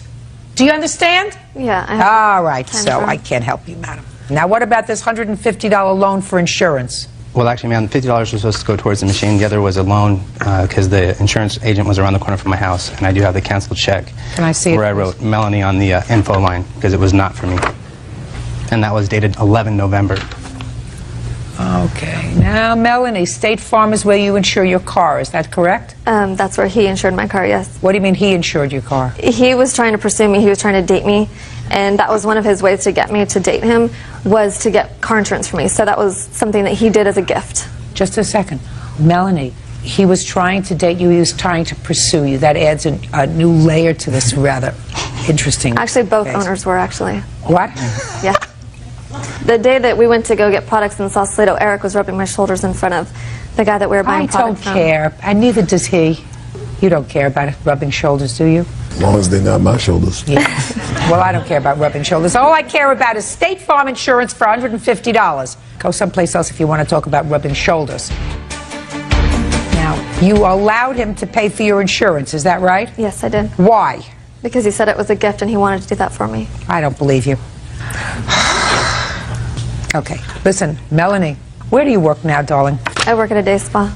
What do you do in the day spa? I'm an esthetician. How many days a week do you work? 4 days. What do you do on the 5th day? I take care of my son.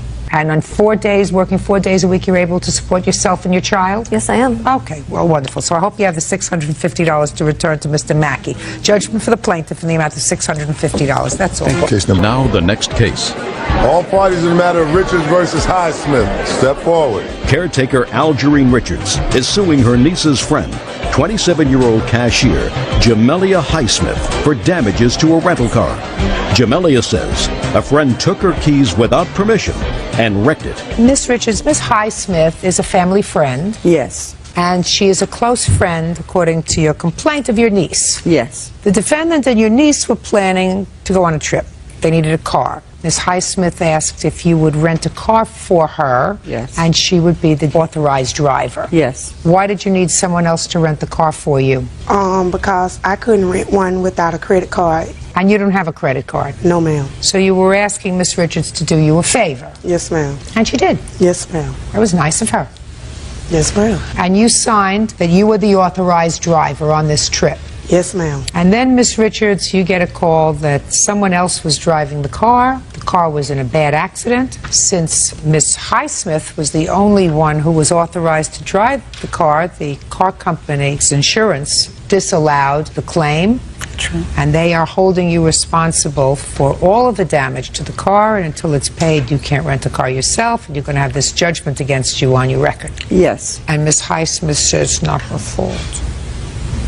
So you're going to explain to me, Miss Highsmith, why it's not your fault. Oh, well, on January the 12th, me and Kawana and her friend, Ann, we went to see my boyfriend, and I put the keys on the counter, and I fell asleep, and I get a knock on the door saying that the car was in a wreck. So I asked Kawana how. She was like, she let Ann hold the car, and I was like, so we just went straight to the scene of the accident, and we called Miss Algerine.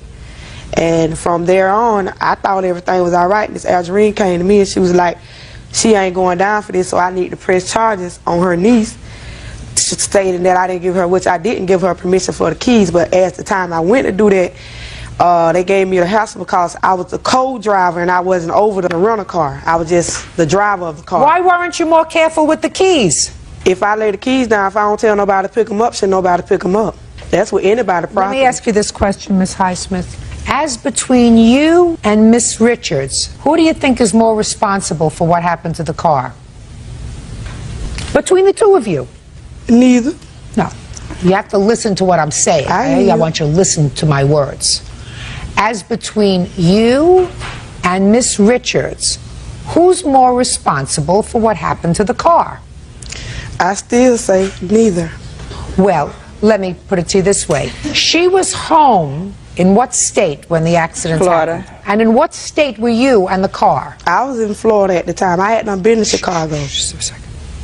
In what city in Florida? Were you both in the same city? No, we was not. What city were you in? I was in Lake Wales. And where were you? Arbondale.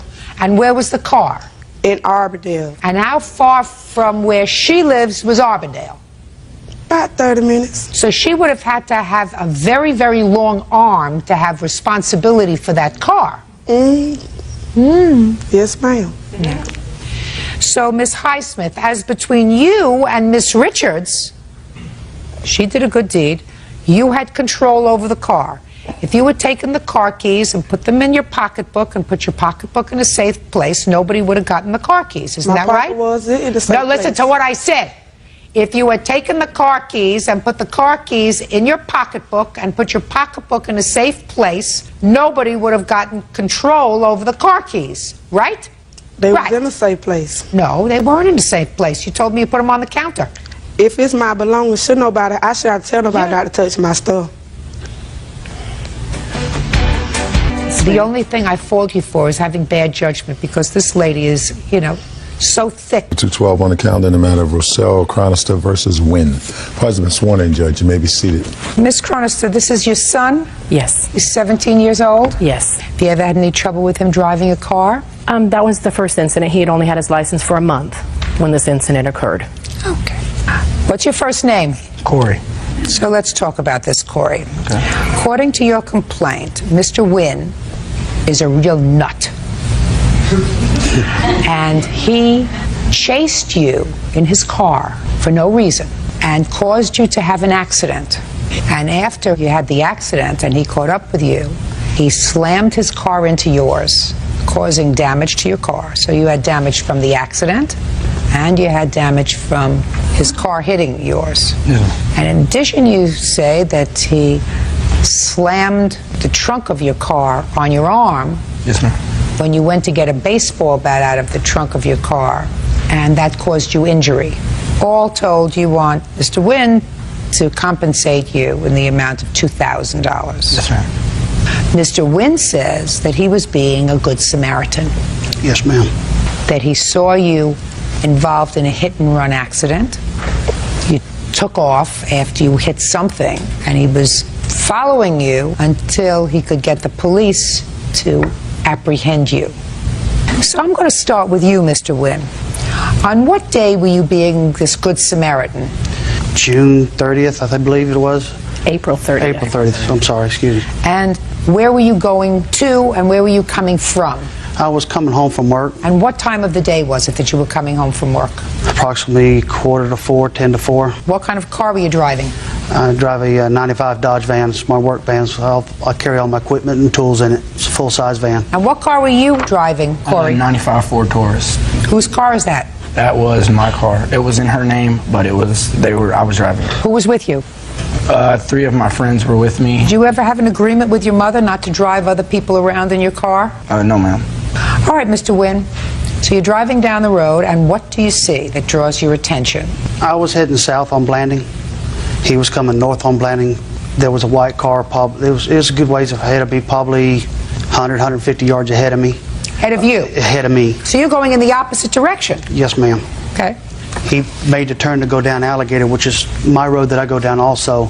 I seen him hit the back end of the white car. It wasn't real hard, but he did hit it and just took off. I mean, he just nailed it and went. The lady who was driving the other car, which I didn't stop, had pulled over, was getting out of the car as I rounded the corner, and I just stepped on it trying to catch up with the car, see if I could at least get the tag number. That's all my intention was, is to get the tag number.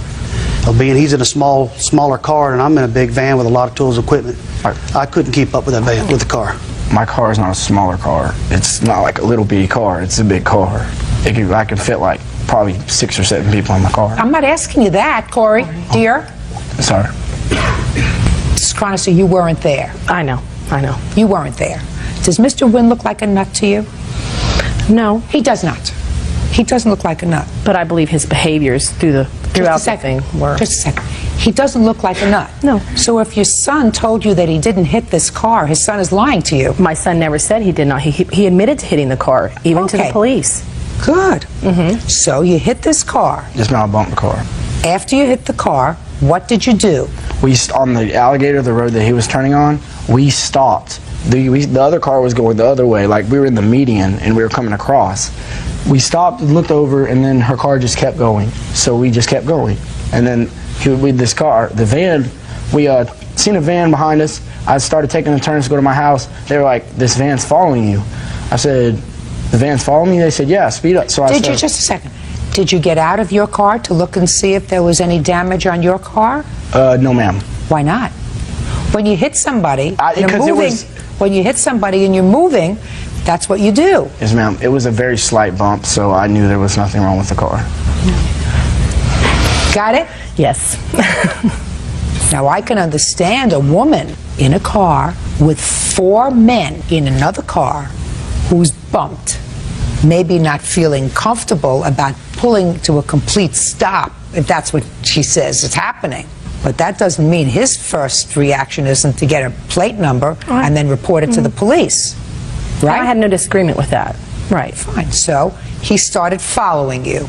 And then what happened? So they were like, "He's following you." So I took down a couple roads. I was still driving, just regular driving. And he kept following. Now, you saw him immediately after you hit the white car. No, man, I took a turn, and then they. Why did you take a turn? I never saw him. My friend said. Why did you take a turn? Because I was turning to go to my house. I was just kept going. I didn't think nothing of it. What street did you turn down?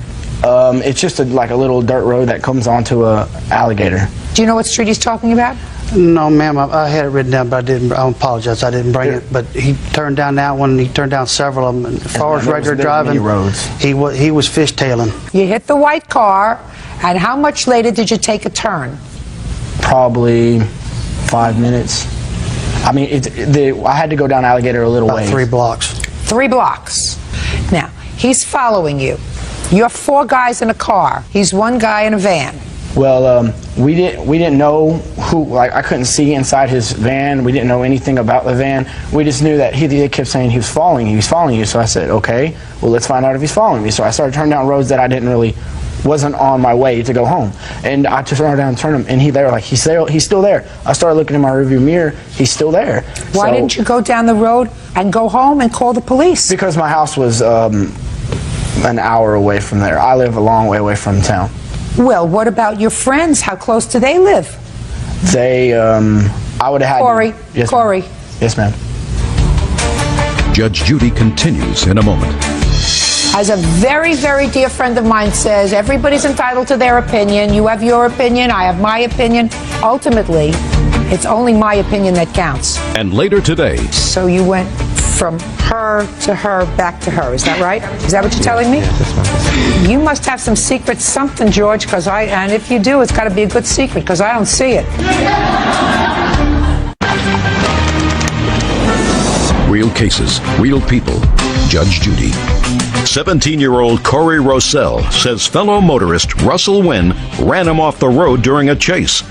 Russell says Corey was fleeing the scene of a traffic accident. Now, did you ever think that the woman that you hit in the white car was thinking the same thing about you and your 4 friends in your car?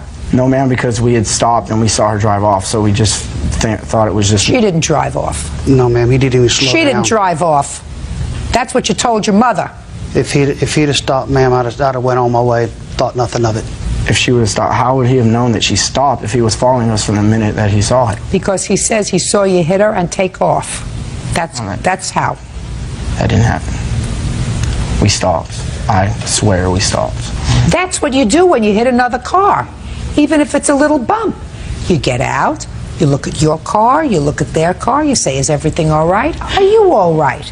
And then you leave. Unless you're scared that you've had your driver's license for a month, you got 4 friends in the car, and maybe if you just take off, this whole nasty thing's just going to go away. It's just common sense, Corey. That's what makes the world go round, common sense. That's why he was chasing. He's not a nut. He sees 4 kids in a car, hit another car, and take off. And that's why he was following you. There was other incidents that made me feel different after the fact that we got onto the main road, and he was still right behind me. Well, it's just rained, so it was pretty slick outside, and I started going through all these roads. I finally got to the end of the road, so I turned onto a main road, and he was still right behind the road. He's still there. He got right up beside my car. This is why I didn't think he was actually following me, because he ran my car off of the road. And he ran my car off the road to where he almost ran right into my driver's side door. And then he got out, and all I could hear was him cussing and cussing and cussing. And so I just took off. I was like, I'm not going to sit here for this. And I took off, and then I was like, I'm turning here, and it just rained, and I had a lot of dirt on my tires, so it's slick, and I just ran right into the tree. And then after I hit the tree, I backed up, and the guy was still back there. And I started going through the parking lot, and they're like, he's still there. And you got 3 other teenagers in the car with you. Yes, ma'am. Oh, I know. Yeah. He's supposed to stop. Well, I agree at one instant, but I'll be honest, I have told my children that because previously in Florida around our area, people have been shot. You know, you mean cars bumped? Cars bumped. That's why the white car may have moved on with 4 men in the car behind them. I agree. How do you not do the right thing and then come to court to sue about it? Because I think he took justice into his own hands. I think he could have taken the license plate down. Just a second. Do you think that your son was driving recklessly during that time? I'm not saying he was in the right either, but I'm just... Listen to me, Ms. Chronister. Then what you have to say is, if my son did something wrong, and as a result of my son doing something wrong, there was damage to my car, you don't come to court and sue over it. I guess my main problem and concern comes in from when they did get on the main road, and he did come up on the side of them to the point where... So get him over so that he would stop his car. And when he did stop his car, he comes out cussing and hollering.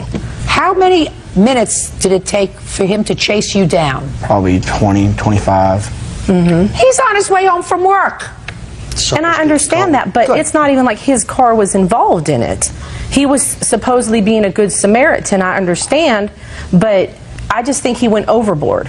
You're entitled to your opinion. As a very, very dear friend of mine says, everybody's entitled to their opinion. You have your opinion, I have my opinion. Ultimately, it's only my opinion that counts. Your son did the wrong thing. He hit a car, he took off from the accident. This gentleman who was just looking to go home after a day's work said, it's not right, they just hit this lady in a car and took off. 4 kids in a Taurus, and I'm going to catch up with him, and I'm going to get his license plate, and I'm going to see to it that he's reported, and your son takes off and takes him on a 25-minute chase.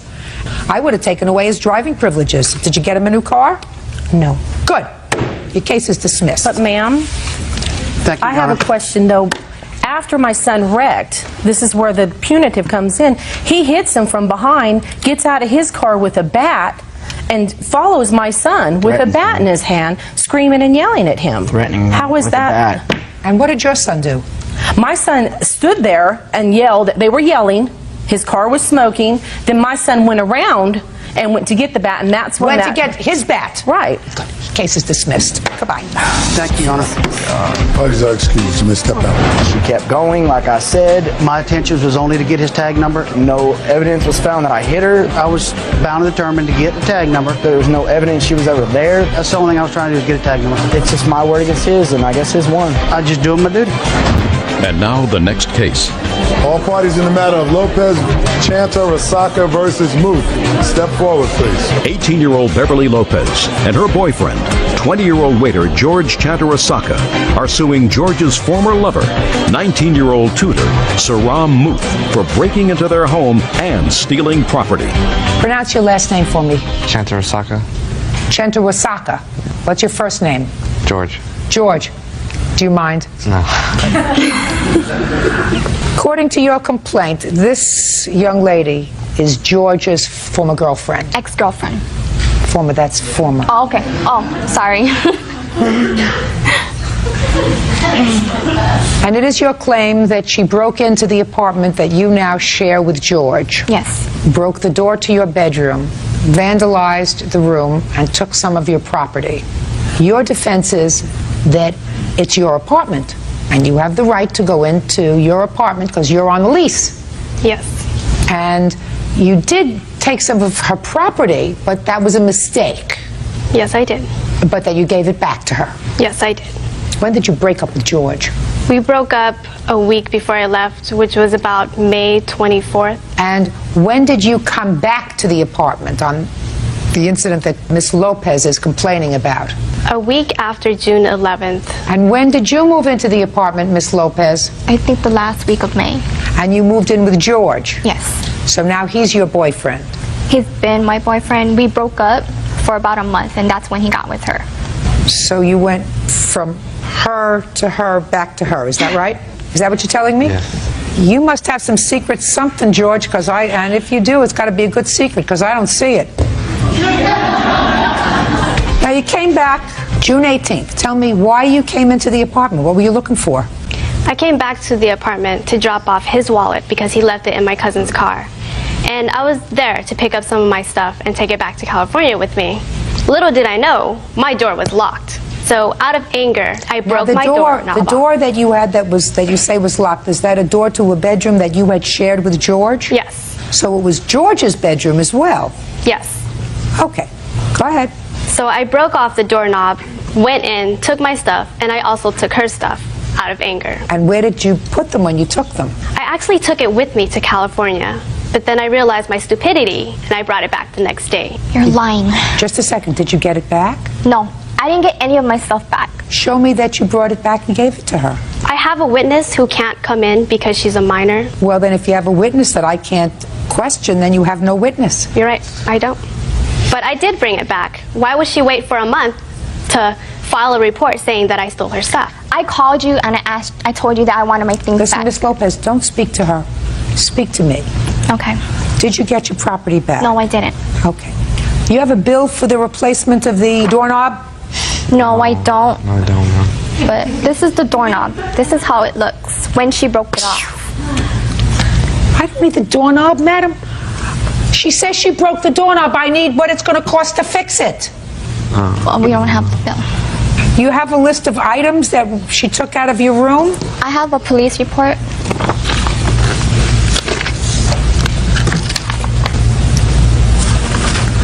Well, you originally told the police, madam, that all the stuff that was taken was original value and current value were the same, $900. Why are you suing her now for $4,500? Because my things are actually worth more than $900. You mean they increased in value since you filed the police report?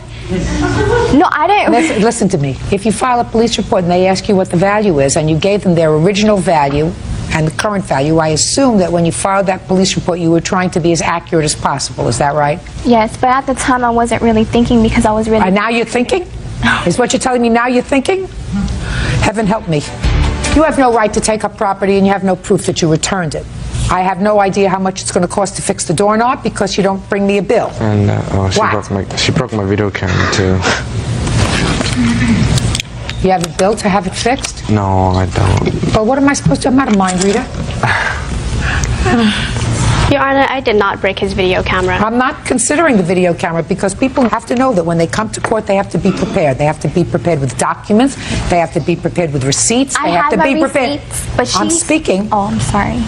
They have to be prepared with an estimate of what it's going to cost to fix property if there's an allegation of damage. If you don't have that, the judge isn't going to get it for you. George, you got it? Yes, yes. Good. As far as you're concerned, you made this report soon after the incidents occurred. You told the police what happened. You told the police what your property was worth. You told them at that time that it was worth $900, which is probably a stretch. Certainly that stretch isn't going to be stretched into $4,500. Judgment for the plaintiff in the amount of $900. That's all. Goodbye. Yeah, that's case number 1. And now the next case.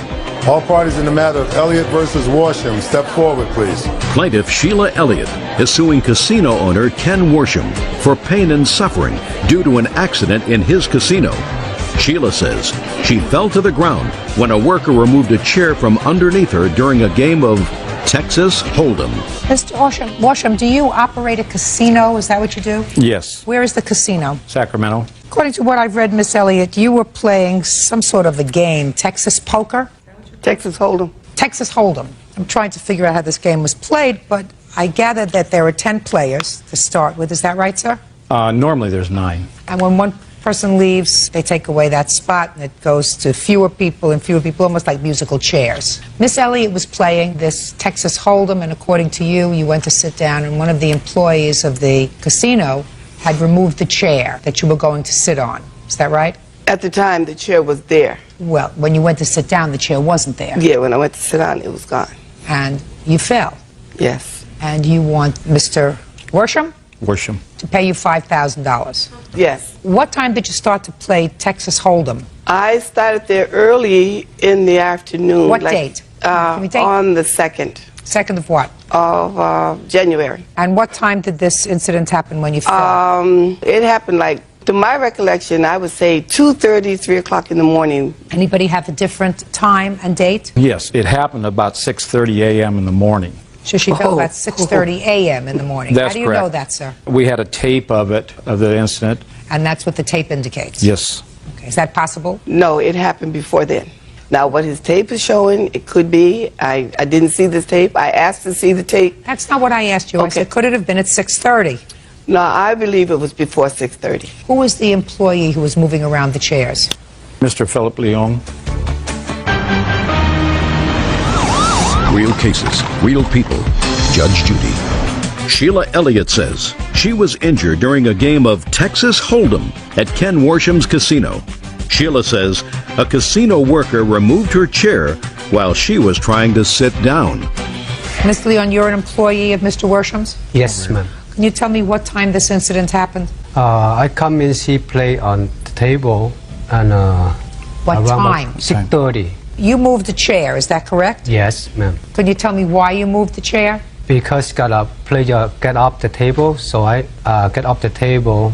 So I ask anybody want to move the chair. We have a 10 seat. I'm not, Mr. Worsham, you're going to have to act as partial Okay. translator for me. I'm not following this. Okay, well, he asked if anybody was going to move seats, and then when no one said they were going to move, then you take a chair out. Okay. Is that what was basically happening? One chair was being taken away? No, ma'am. Well, tell me what your version of these events are. My version is it was late in the morning.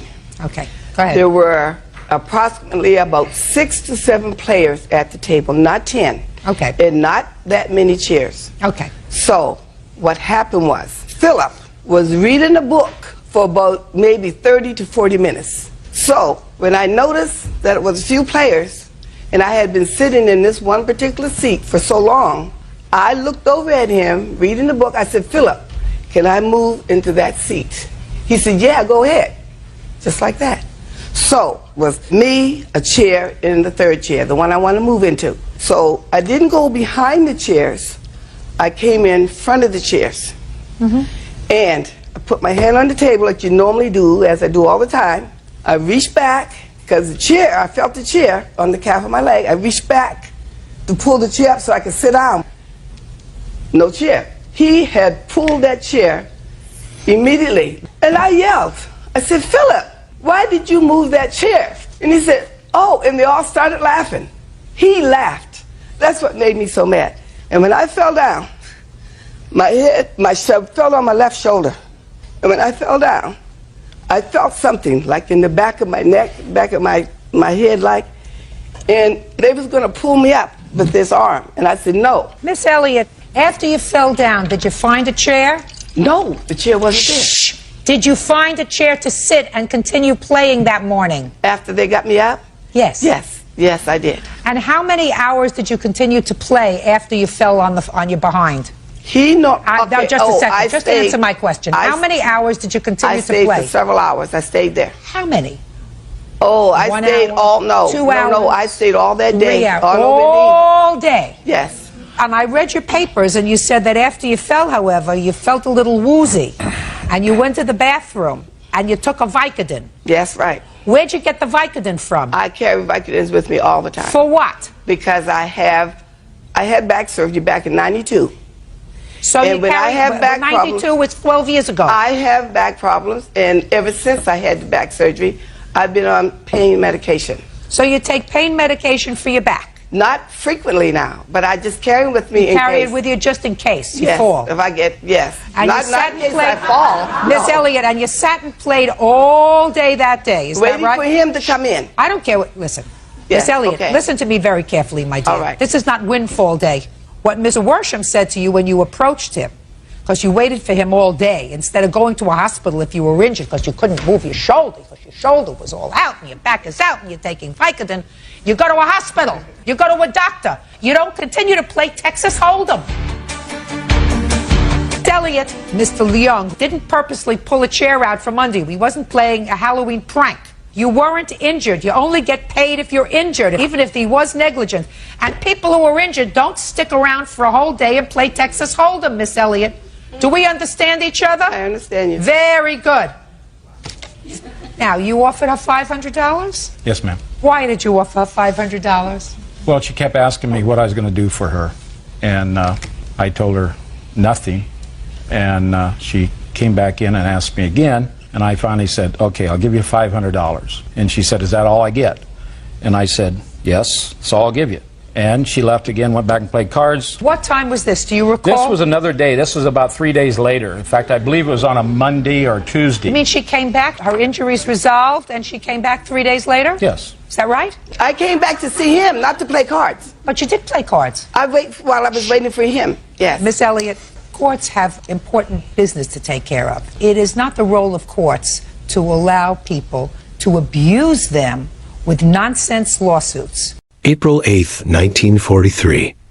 27,000 feet above Caen, France. The roar of radial engines fills your ears, drowning out everything else. Frost bites at your fingers through the thin gloves, your breath fogging in short, panicked bursts. The sky is a jagged canvas of white clouds and enemy tracers, silver streaks of fire that can shred a bomber in an instant. You are in a B-24 Liberator, tail gunner, watching the sun glint off the wings of German Messerschmitts diving from above. They come like shadows, precise and deadly. Your radio crackles with the frantic voices of pilots struggling to hold formation. The bomber quivers under bursts of enemy fire, metal groaning like it's alive. Somewhere down below, Ford's Willow Run factory is humming. But up here, all that matters is survival. You duck instinctively as a Messerschmitt slams into the formation, flames erupting across the sky. Thousands of feet below, Luftwaffe commanders study reports. They are hunched over maps, eyes widening in disbelief. Every column, every chart, screams a single truth. The Americans are building more planes than their pilots can possibly destroy. The B-24 Liberator, one completed every hour. Every hour. Even Eric Hartmann, the Luftwaffe's top ace with 352 confirmed kills, couldn't keep up. You can almost feel the panic ripple through the German high command. A predator suddenly realizing the prey, I send it dwindling. It multiplies. Faster than bullets, faster than fire. In the sky, your bomber shakes violently again. Smoke trails curl behind an ally, a young pilot you've known for weeks. And still, somewhere in the distance, another B-24 lifts off from the American factories, engines screaming, carrying hope in steel and aluminum. The Luftwaffe's reality is starting to crystallize. Dogfights alone cannot win this war. Not when the factories roar louder than the guns. Not when industrial might becomes the invisible weapon shaping the skies. And yet, on this cold April morning, no one knows how unstoppable this tide really is. Not yet. The roar here is different. Not the high-pitched whine of engines, not the crack of anti-aircraft fire, but the mechanical heartbeat of a factory that never sleeps. Willow Run, Michigan. March 1943. The walls tremble under the march of thousands of boots, the hum of presses, the rhythmic pounding of rivets. You step onto the assembly floor, and it's like stepping into a living organism. Conveyor belts snake through the vast hangar like arteries, carrying wing sections, fuselages, and engines. Sparks fly from welding torches, a dangerous ballet of fire and steel. Men and women move with precise choreography, each knowing their role in a deadly, beautiful machine. Every hour, a B-24 Liberator rolls off the line. Every hour, Another fortress of aluminum and courage climbs into the sky. You can almost hear the Luftwaffe officers' disbelief as reports arrive. Production increased by 10% this quarter, and another 200 aircraft are scheduled for next week. They call it the arsenal of democracy. And standing here, you understand why. Thousands of hands, tirelessly building weapons that seem to multiply on their own. The engines alone weigh 2 tons, yet are assembled with meticulous care. Propellers spin for the first time under the gaze of engineers, testing the very air that will soon carry men into death and glory. And the workers? They don't stop. Men, women, teenagers, some barely old enough to drive. They weld, rivet, inspect, and reassemble with unwavering determination. They laugh, shout, curse, and sometimes cry. Every plane that leaves these walls carries not just fuel and bombs, but the heartbeat of a nation. Back in Germany, generals stare at their maps. Ace pilots like Hartmann climb into their Messerschmitts, flying missions that seem endless, yet every sortie is just a drop in an ocean of American production. Even when they bring down a dozen B-24s in a single day, the next wave waits. New aircraft arrive faster than the old can be destroyed. The math is terrifying. 1 B-24 per hour, 24 a day, 168 a week. And the Luftwaffe? Their numbers are bleeding, not from lack of skill, but from inevitability. You could almost hear the whispered fear in their mess halls, officers muttering under their breaths, "We cannot fight this." Here, in the belly of Willow Run, hope is tangible. It smells of oil, sweat, and molten metal. It's forged in fire and ambition. And it's invisible to those chasing it over the skies of Europe, yet more lethal than any fighter pilot's bullet. A whistle blows. Another plane is ready. Another set of men will climb aboard, unaware that their survival is backed by thousands of others working tirelessly hundreds of miles away. And above it all, the skies wait, hungry, unforgiving, and about to be flooded. July 14th, 1943. Somewhere over the skies of Rzeów, Germany. The roar of your Messerschmitt Bf 109 feels smaller somehow, insignificant against the backdrop of numbers you cannot fight. Tracers streak past, some hitting their marks, others missing. Explosions ripple through the clouds below, smoke curling like black rivers in a sea of white. Inside the Luftwaffe command room, officers sit hunched over charts and production reports.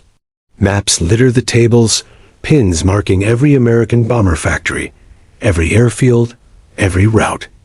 The numbers are growing, relentless, almost mocking. For every plane shot down over Europe, 2 more have already taken flight. Hartmann leans back, rubbing his eyes. He is the deadliest pilot in the world, yet even he feels a chill. One ace can't stop an army of machines. One squadron can't beat a nation that treats production like a weapon. The realization hits. This war is no longer won in dogfights, in skill, or even bravery alone. It is being won on the assembly line. You can almost feel the panic building, even thousands of feet above the battle. Officers who once laughed at reports of American factories now chew the edges of their maps in disbelief. They are building faster than we can destroy, mutters a colonel, voice low, tight with fear. Every calculation confirms the impossible truth. The Luftwaffe is bleeding numbers, not strength. On the front lines, pilots push their planes to the limit. Fuel burns fast, engines scream, and ammunition runs out. They are masters of the sky, yet the sky itself is changing. Every sortie risks death, but even in victory, the cost is meaningless. Another B-24 will be in the air tomorrow, and the next day, and the next. You can almost feel the fear in Hartmann's hands as he grips the controls, the cold metal of his cockpit echoing the cold truth. They cannot win a war where the enemy's production never tires, never sleeps. Each plane destroyed is only a single drop in an endless flood. And yet, below it all, In Willow Run and factories across the United States, the hum of machinery continues. Rivets strike metal, engines roar. Thousands of hands work, sweat dripping, minds focused, unaware of the faces staring down from the skies, unaware of the fear their labor sows. A single B-24 lifts off, its engine screaming, a silver promise in the morning sun. Somewhere, a German officer realizes that the war in the air has changed forever, and the sky waits. Hungry, unrelenting. October 12, 1943. Over the jagged fields of northern Italy, the sky is a crucible of smoke, fire, and roaring engines. You are in a P-38 Lightning, escorting a formation of B-24 Liberators. The sun glints off your canopy, a harsh glare that makes it almost impossible to see the enemy until they are upon you. Below, the Germans have organized a desperate counterattack. Fighters dive from above, swerving through cloud cover, seeking weak points in the formation. You pull the stick hard to the left, feeling the metal groan, bullets whipping past your fuselage. Around you, wingmen explode in fireballs, their screams carried only by the wind. And yet, despite the chaos, the numbers are on your side. Another formation rises in the distance.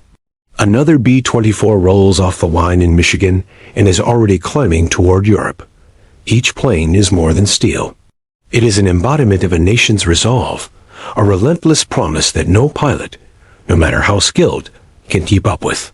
Back in the German High Command, the realization is brutal and undeniable. They are losing the war of attrition not in skill, but in sheer industrial power. Reports arrive daily.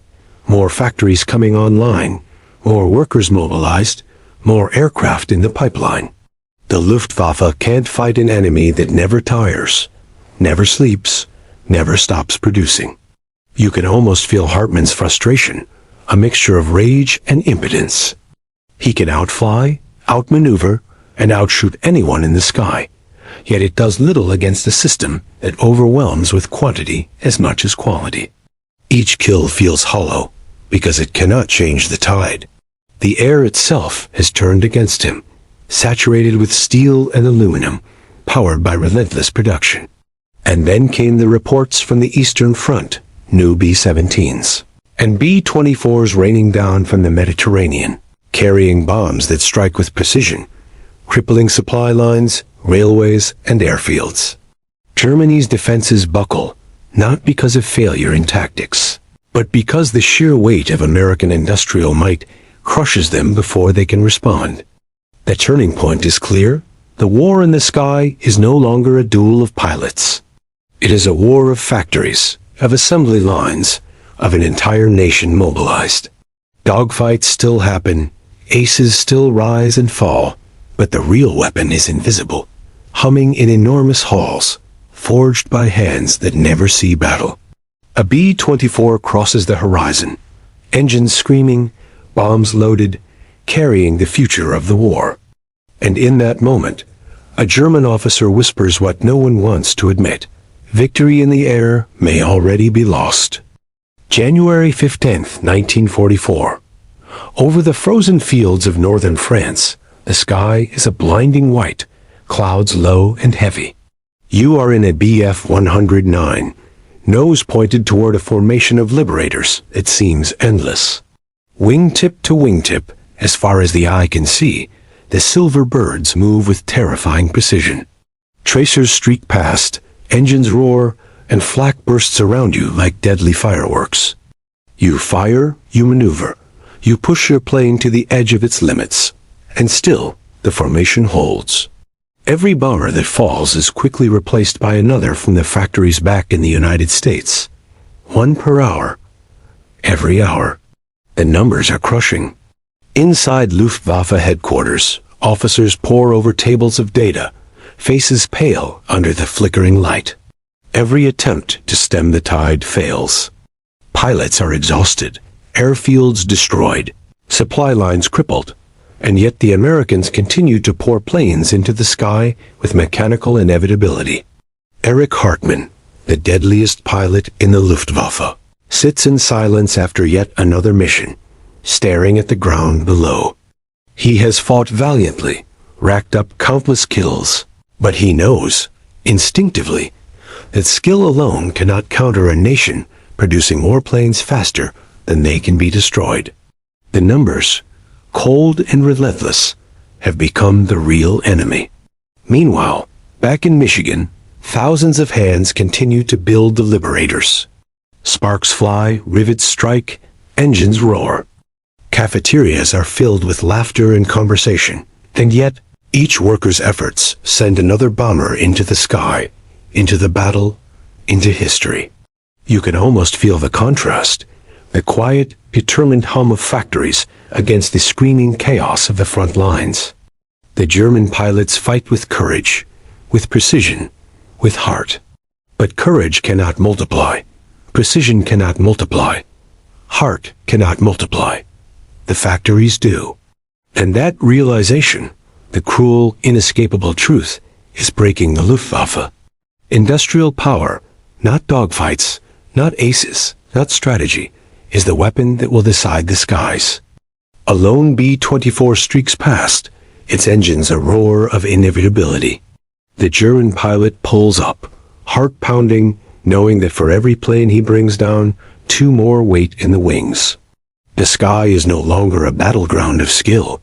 It is a flood, a tide that cannot be stopped. And somewhere, in the heart of America, a whistle blows in another factory. A new liberator rolls onto the line, and the war continues, unstoppable, unrelenting, and absolute.